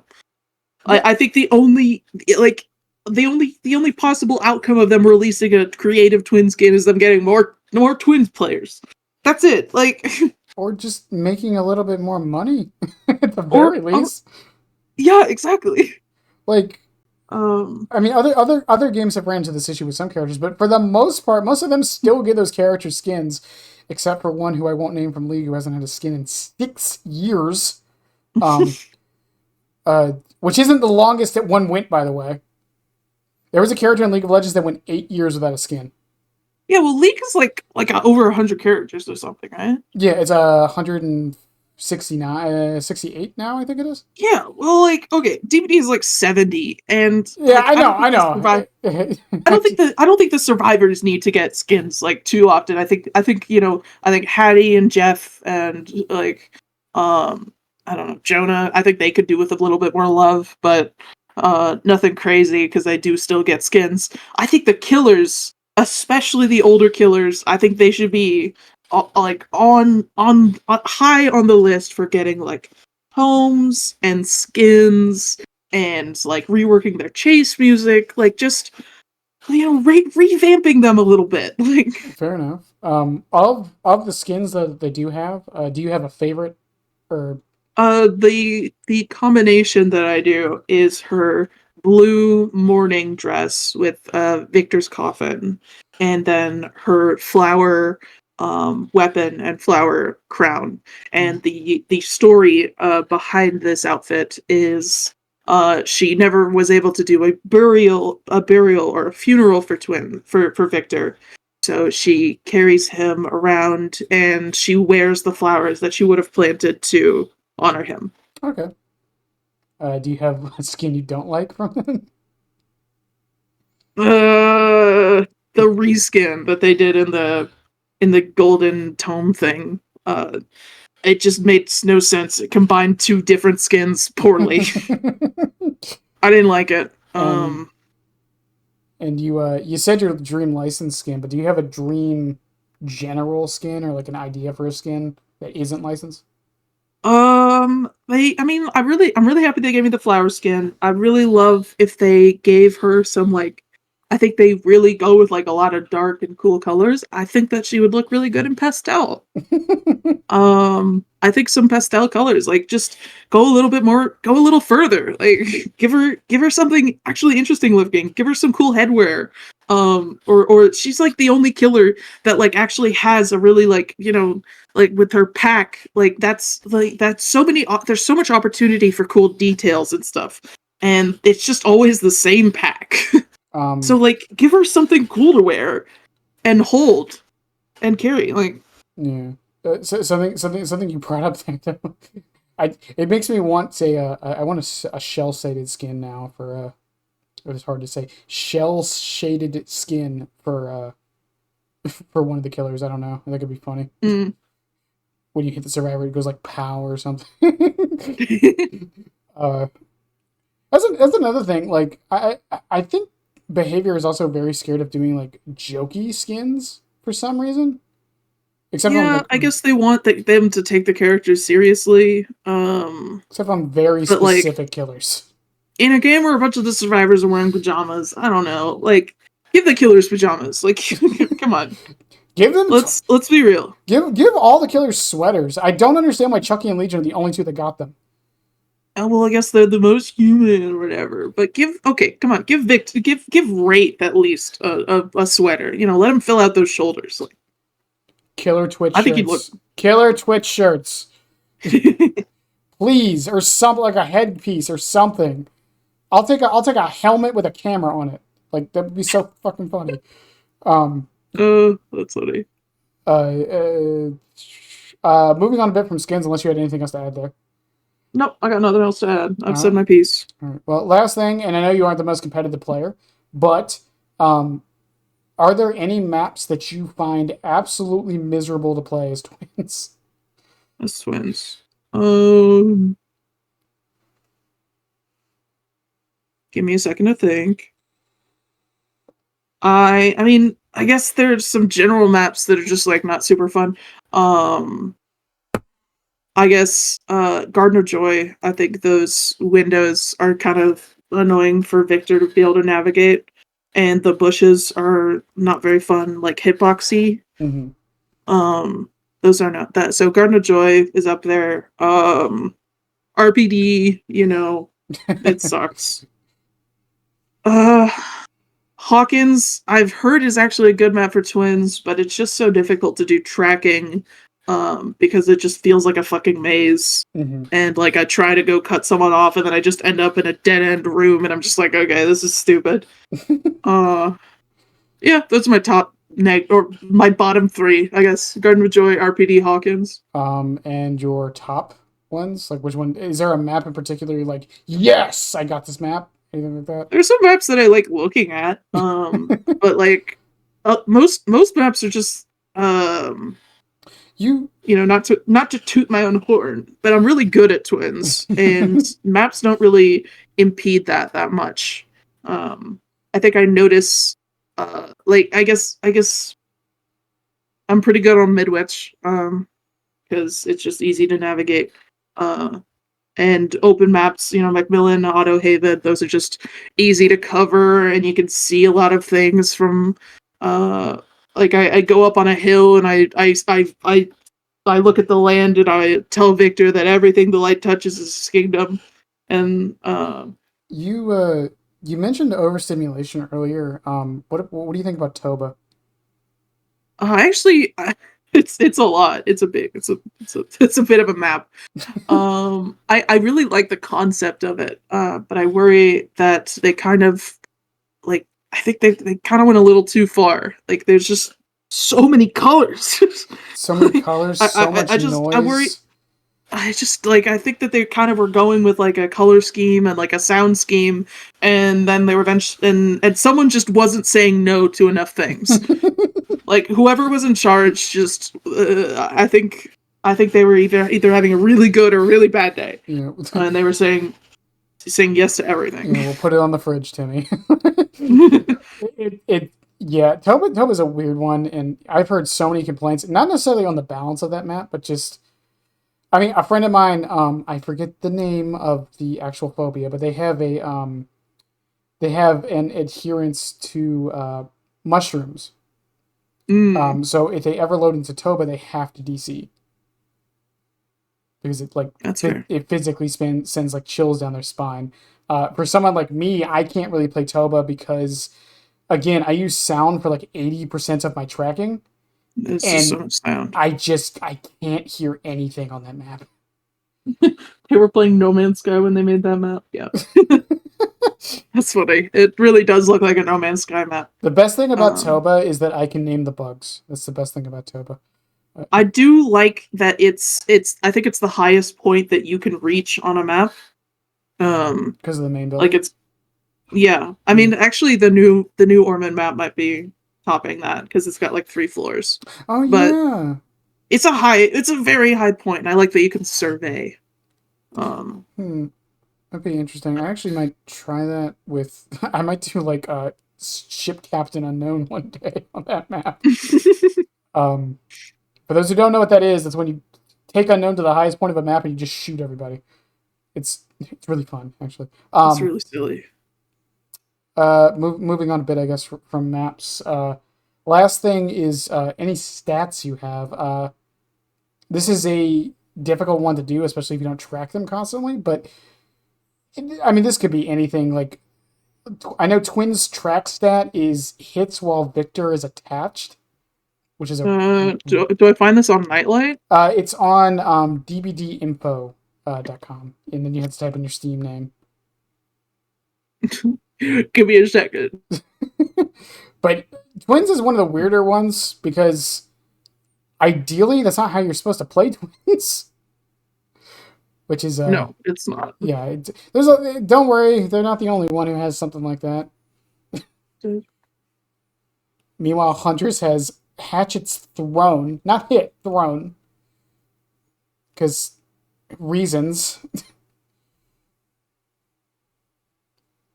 If you can't find it, it's not that big of a deal. No, I need to. I'm curious now.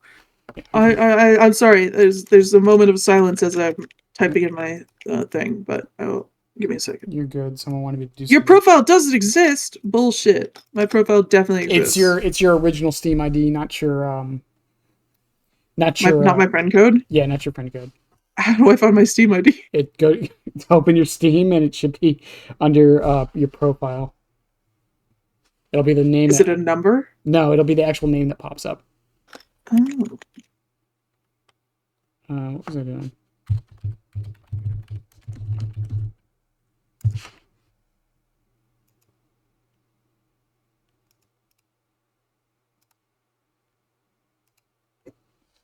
It's very annoying. It took me like I think one day it took me like an hour to do. I'm not struggling. It's fine. Give me a sec.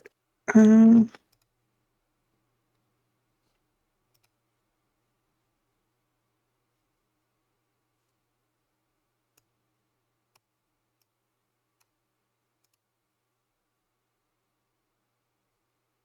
Hang on 1 second. Someone wanted me to do this, so I'm gonna do it because I think it's funny. Image, boom, browse, not there, images, I can't find where my Steam ID is. Don't worry about it. I'm sorry. I'm not. I'm gonna stop. The tech stuff stresses me out. I once started crying because I couldn't figure out a Minecraft texture pack. Okay, someone wanted me to put a propeller hat on you. I'm putting a propeller hat on you. Yay! I love propeller hats. Close enough. uh, um, well, I think on that end, I mean, stat-wise though, how long do you think you have been playing Twins? Like you said, 5,000 hours in the game, but like, I've 5,000 hours in the game. I would probably estimate that I think I have like at least 500 hours of just Twins. that's. I mean, considering don't want to say 1,000 hours of just Twins because that might be a little bit of a overstatement, but be great if Behavior had a stat screen or something. that'd be awesome. I mean, I have a good amount of achievements, I guess. That doesn't really track much, though, right? What, the achievements? Yeah, I mean, it just tracks achievements. Like, I have almost all the achievements besides like adept stuff. Well, so. I mean, that's actually how the stats get tracked on those websites. They use the Steam achievements. So the way it works is like so that's why I said Twins track stat is the hits while Victor is on somebody, because that's Twins' achievement. I'm probably at least like top 100, maybe even top 10 of like Victor downs. I wouldn't put it past you, honestly speaking. I think Linksy. I mean, Linksy play a lot of Victor. Yeah, Linksy is still number 1. I do know that, but then again, that kind of sucks to track, anyways. Like. Yeah, because again, like it's not Victor attached; it's Victor downs while attached. Or, it should be Victor pounces. It should be. It should be. It's just like with Huntress again. It's hatchets thrown when it should be hatchets hit. Mm-hmm. Huntress is also one of the lucky few killers. She has 2 achievements. If you didn't know. I really like the propeller hat that I got. That's great. You could thank Google. It was the first one that came up. I tried to find a GIF one, but it did not want to not have a background. As much. No, it's fine. It's just the white PNG. But unless Sage, you have anything else to add, I think I'm gonna let you go for tonight. I think we're done. I'm getting peckish. You're getting peckish. So am I. Actually, I haven't eaten all day. I should have recorded 3 hours of footage. It's looped. No, it's fucked. It's fine. How could I have known? No one's gonna notice until you mention it right now. Oh my god. Guys, it's repeating. Speaking of, thank you so much for having me. It's been awesome. Yeah, of course. Like I said, I've been wanting to have you on for quite a while. I just wasn't sure how to ask or what to really bring you on for specifically. Well, this was a great topic. I love talking about it. And I know we got tangential, and that's kind of the whole point of this whole thing. But it was fun. I always have fun doing these. You have a great one. Thank you so much. You too. Bye-bye. Bye. And to people on the YouTubes, I know Sage kind of got out of here and the propeller head is just sticking there. To people on the YouTubes, I love you guys. I do. I'm very happy that Sage came by. And I'm glad we're at a point with this series that I am kind of wrapping back around to get more voices on the killers that we already have in the past. It's just nice to have those differing perspectives. But I think with that, we're going to go ahead and end this. To all the new followers, I appreciate you guys. To people on the YouTubes, I appreciate you guys as well. Y'all have a good one on the YouTube. I'll see y'all later. And, bye.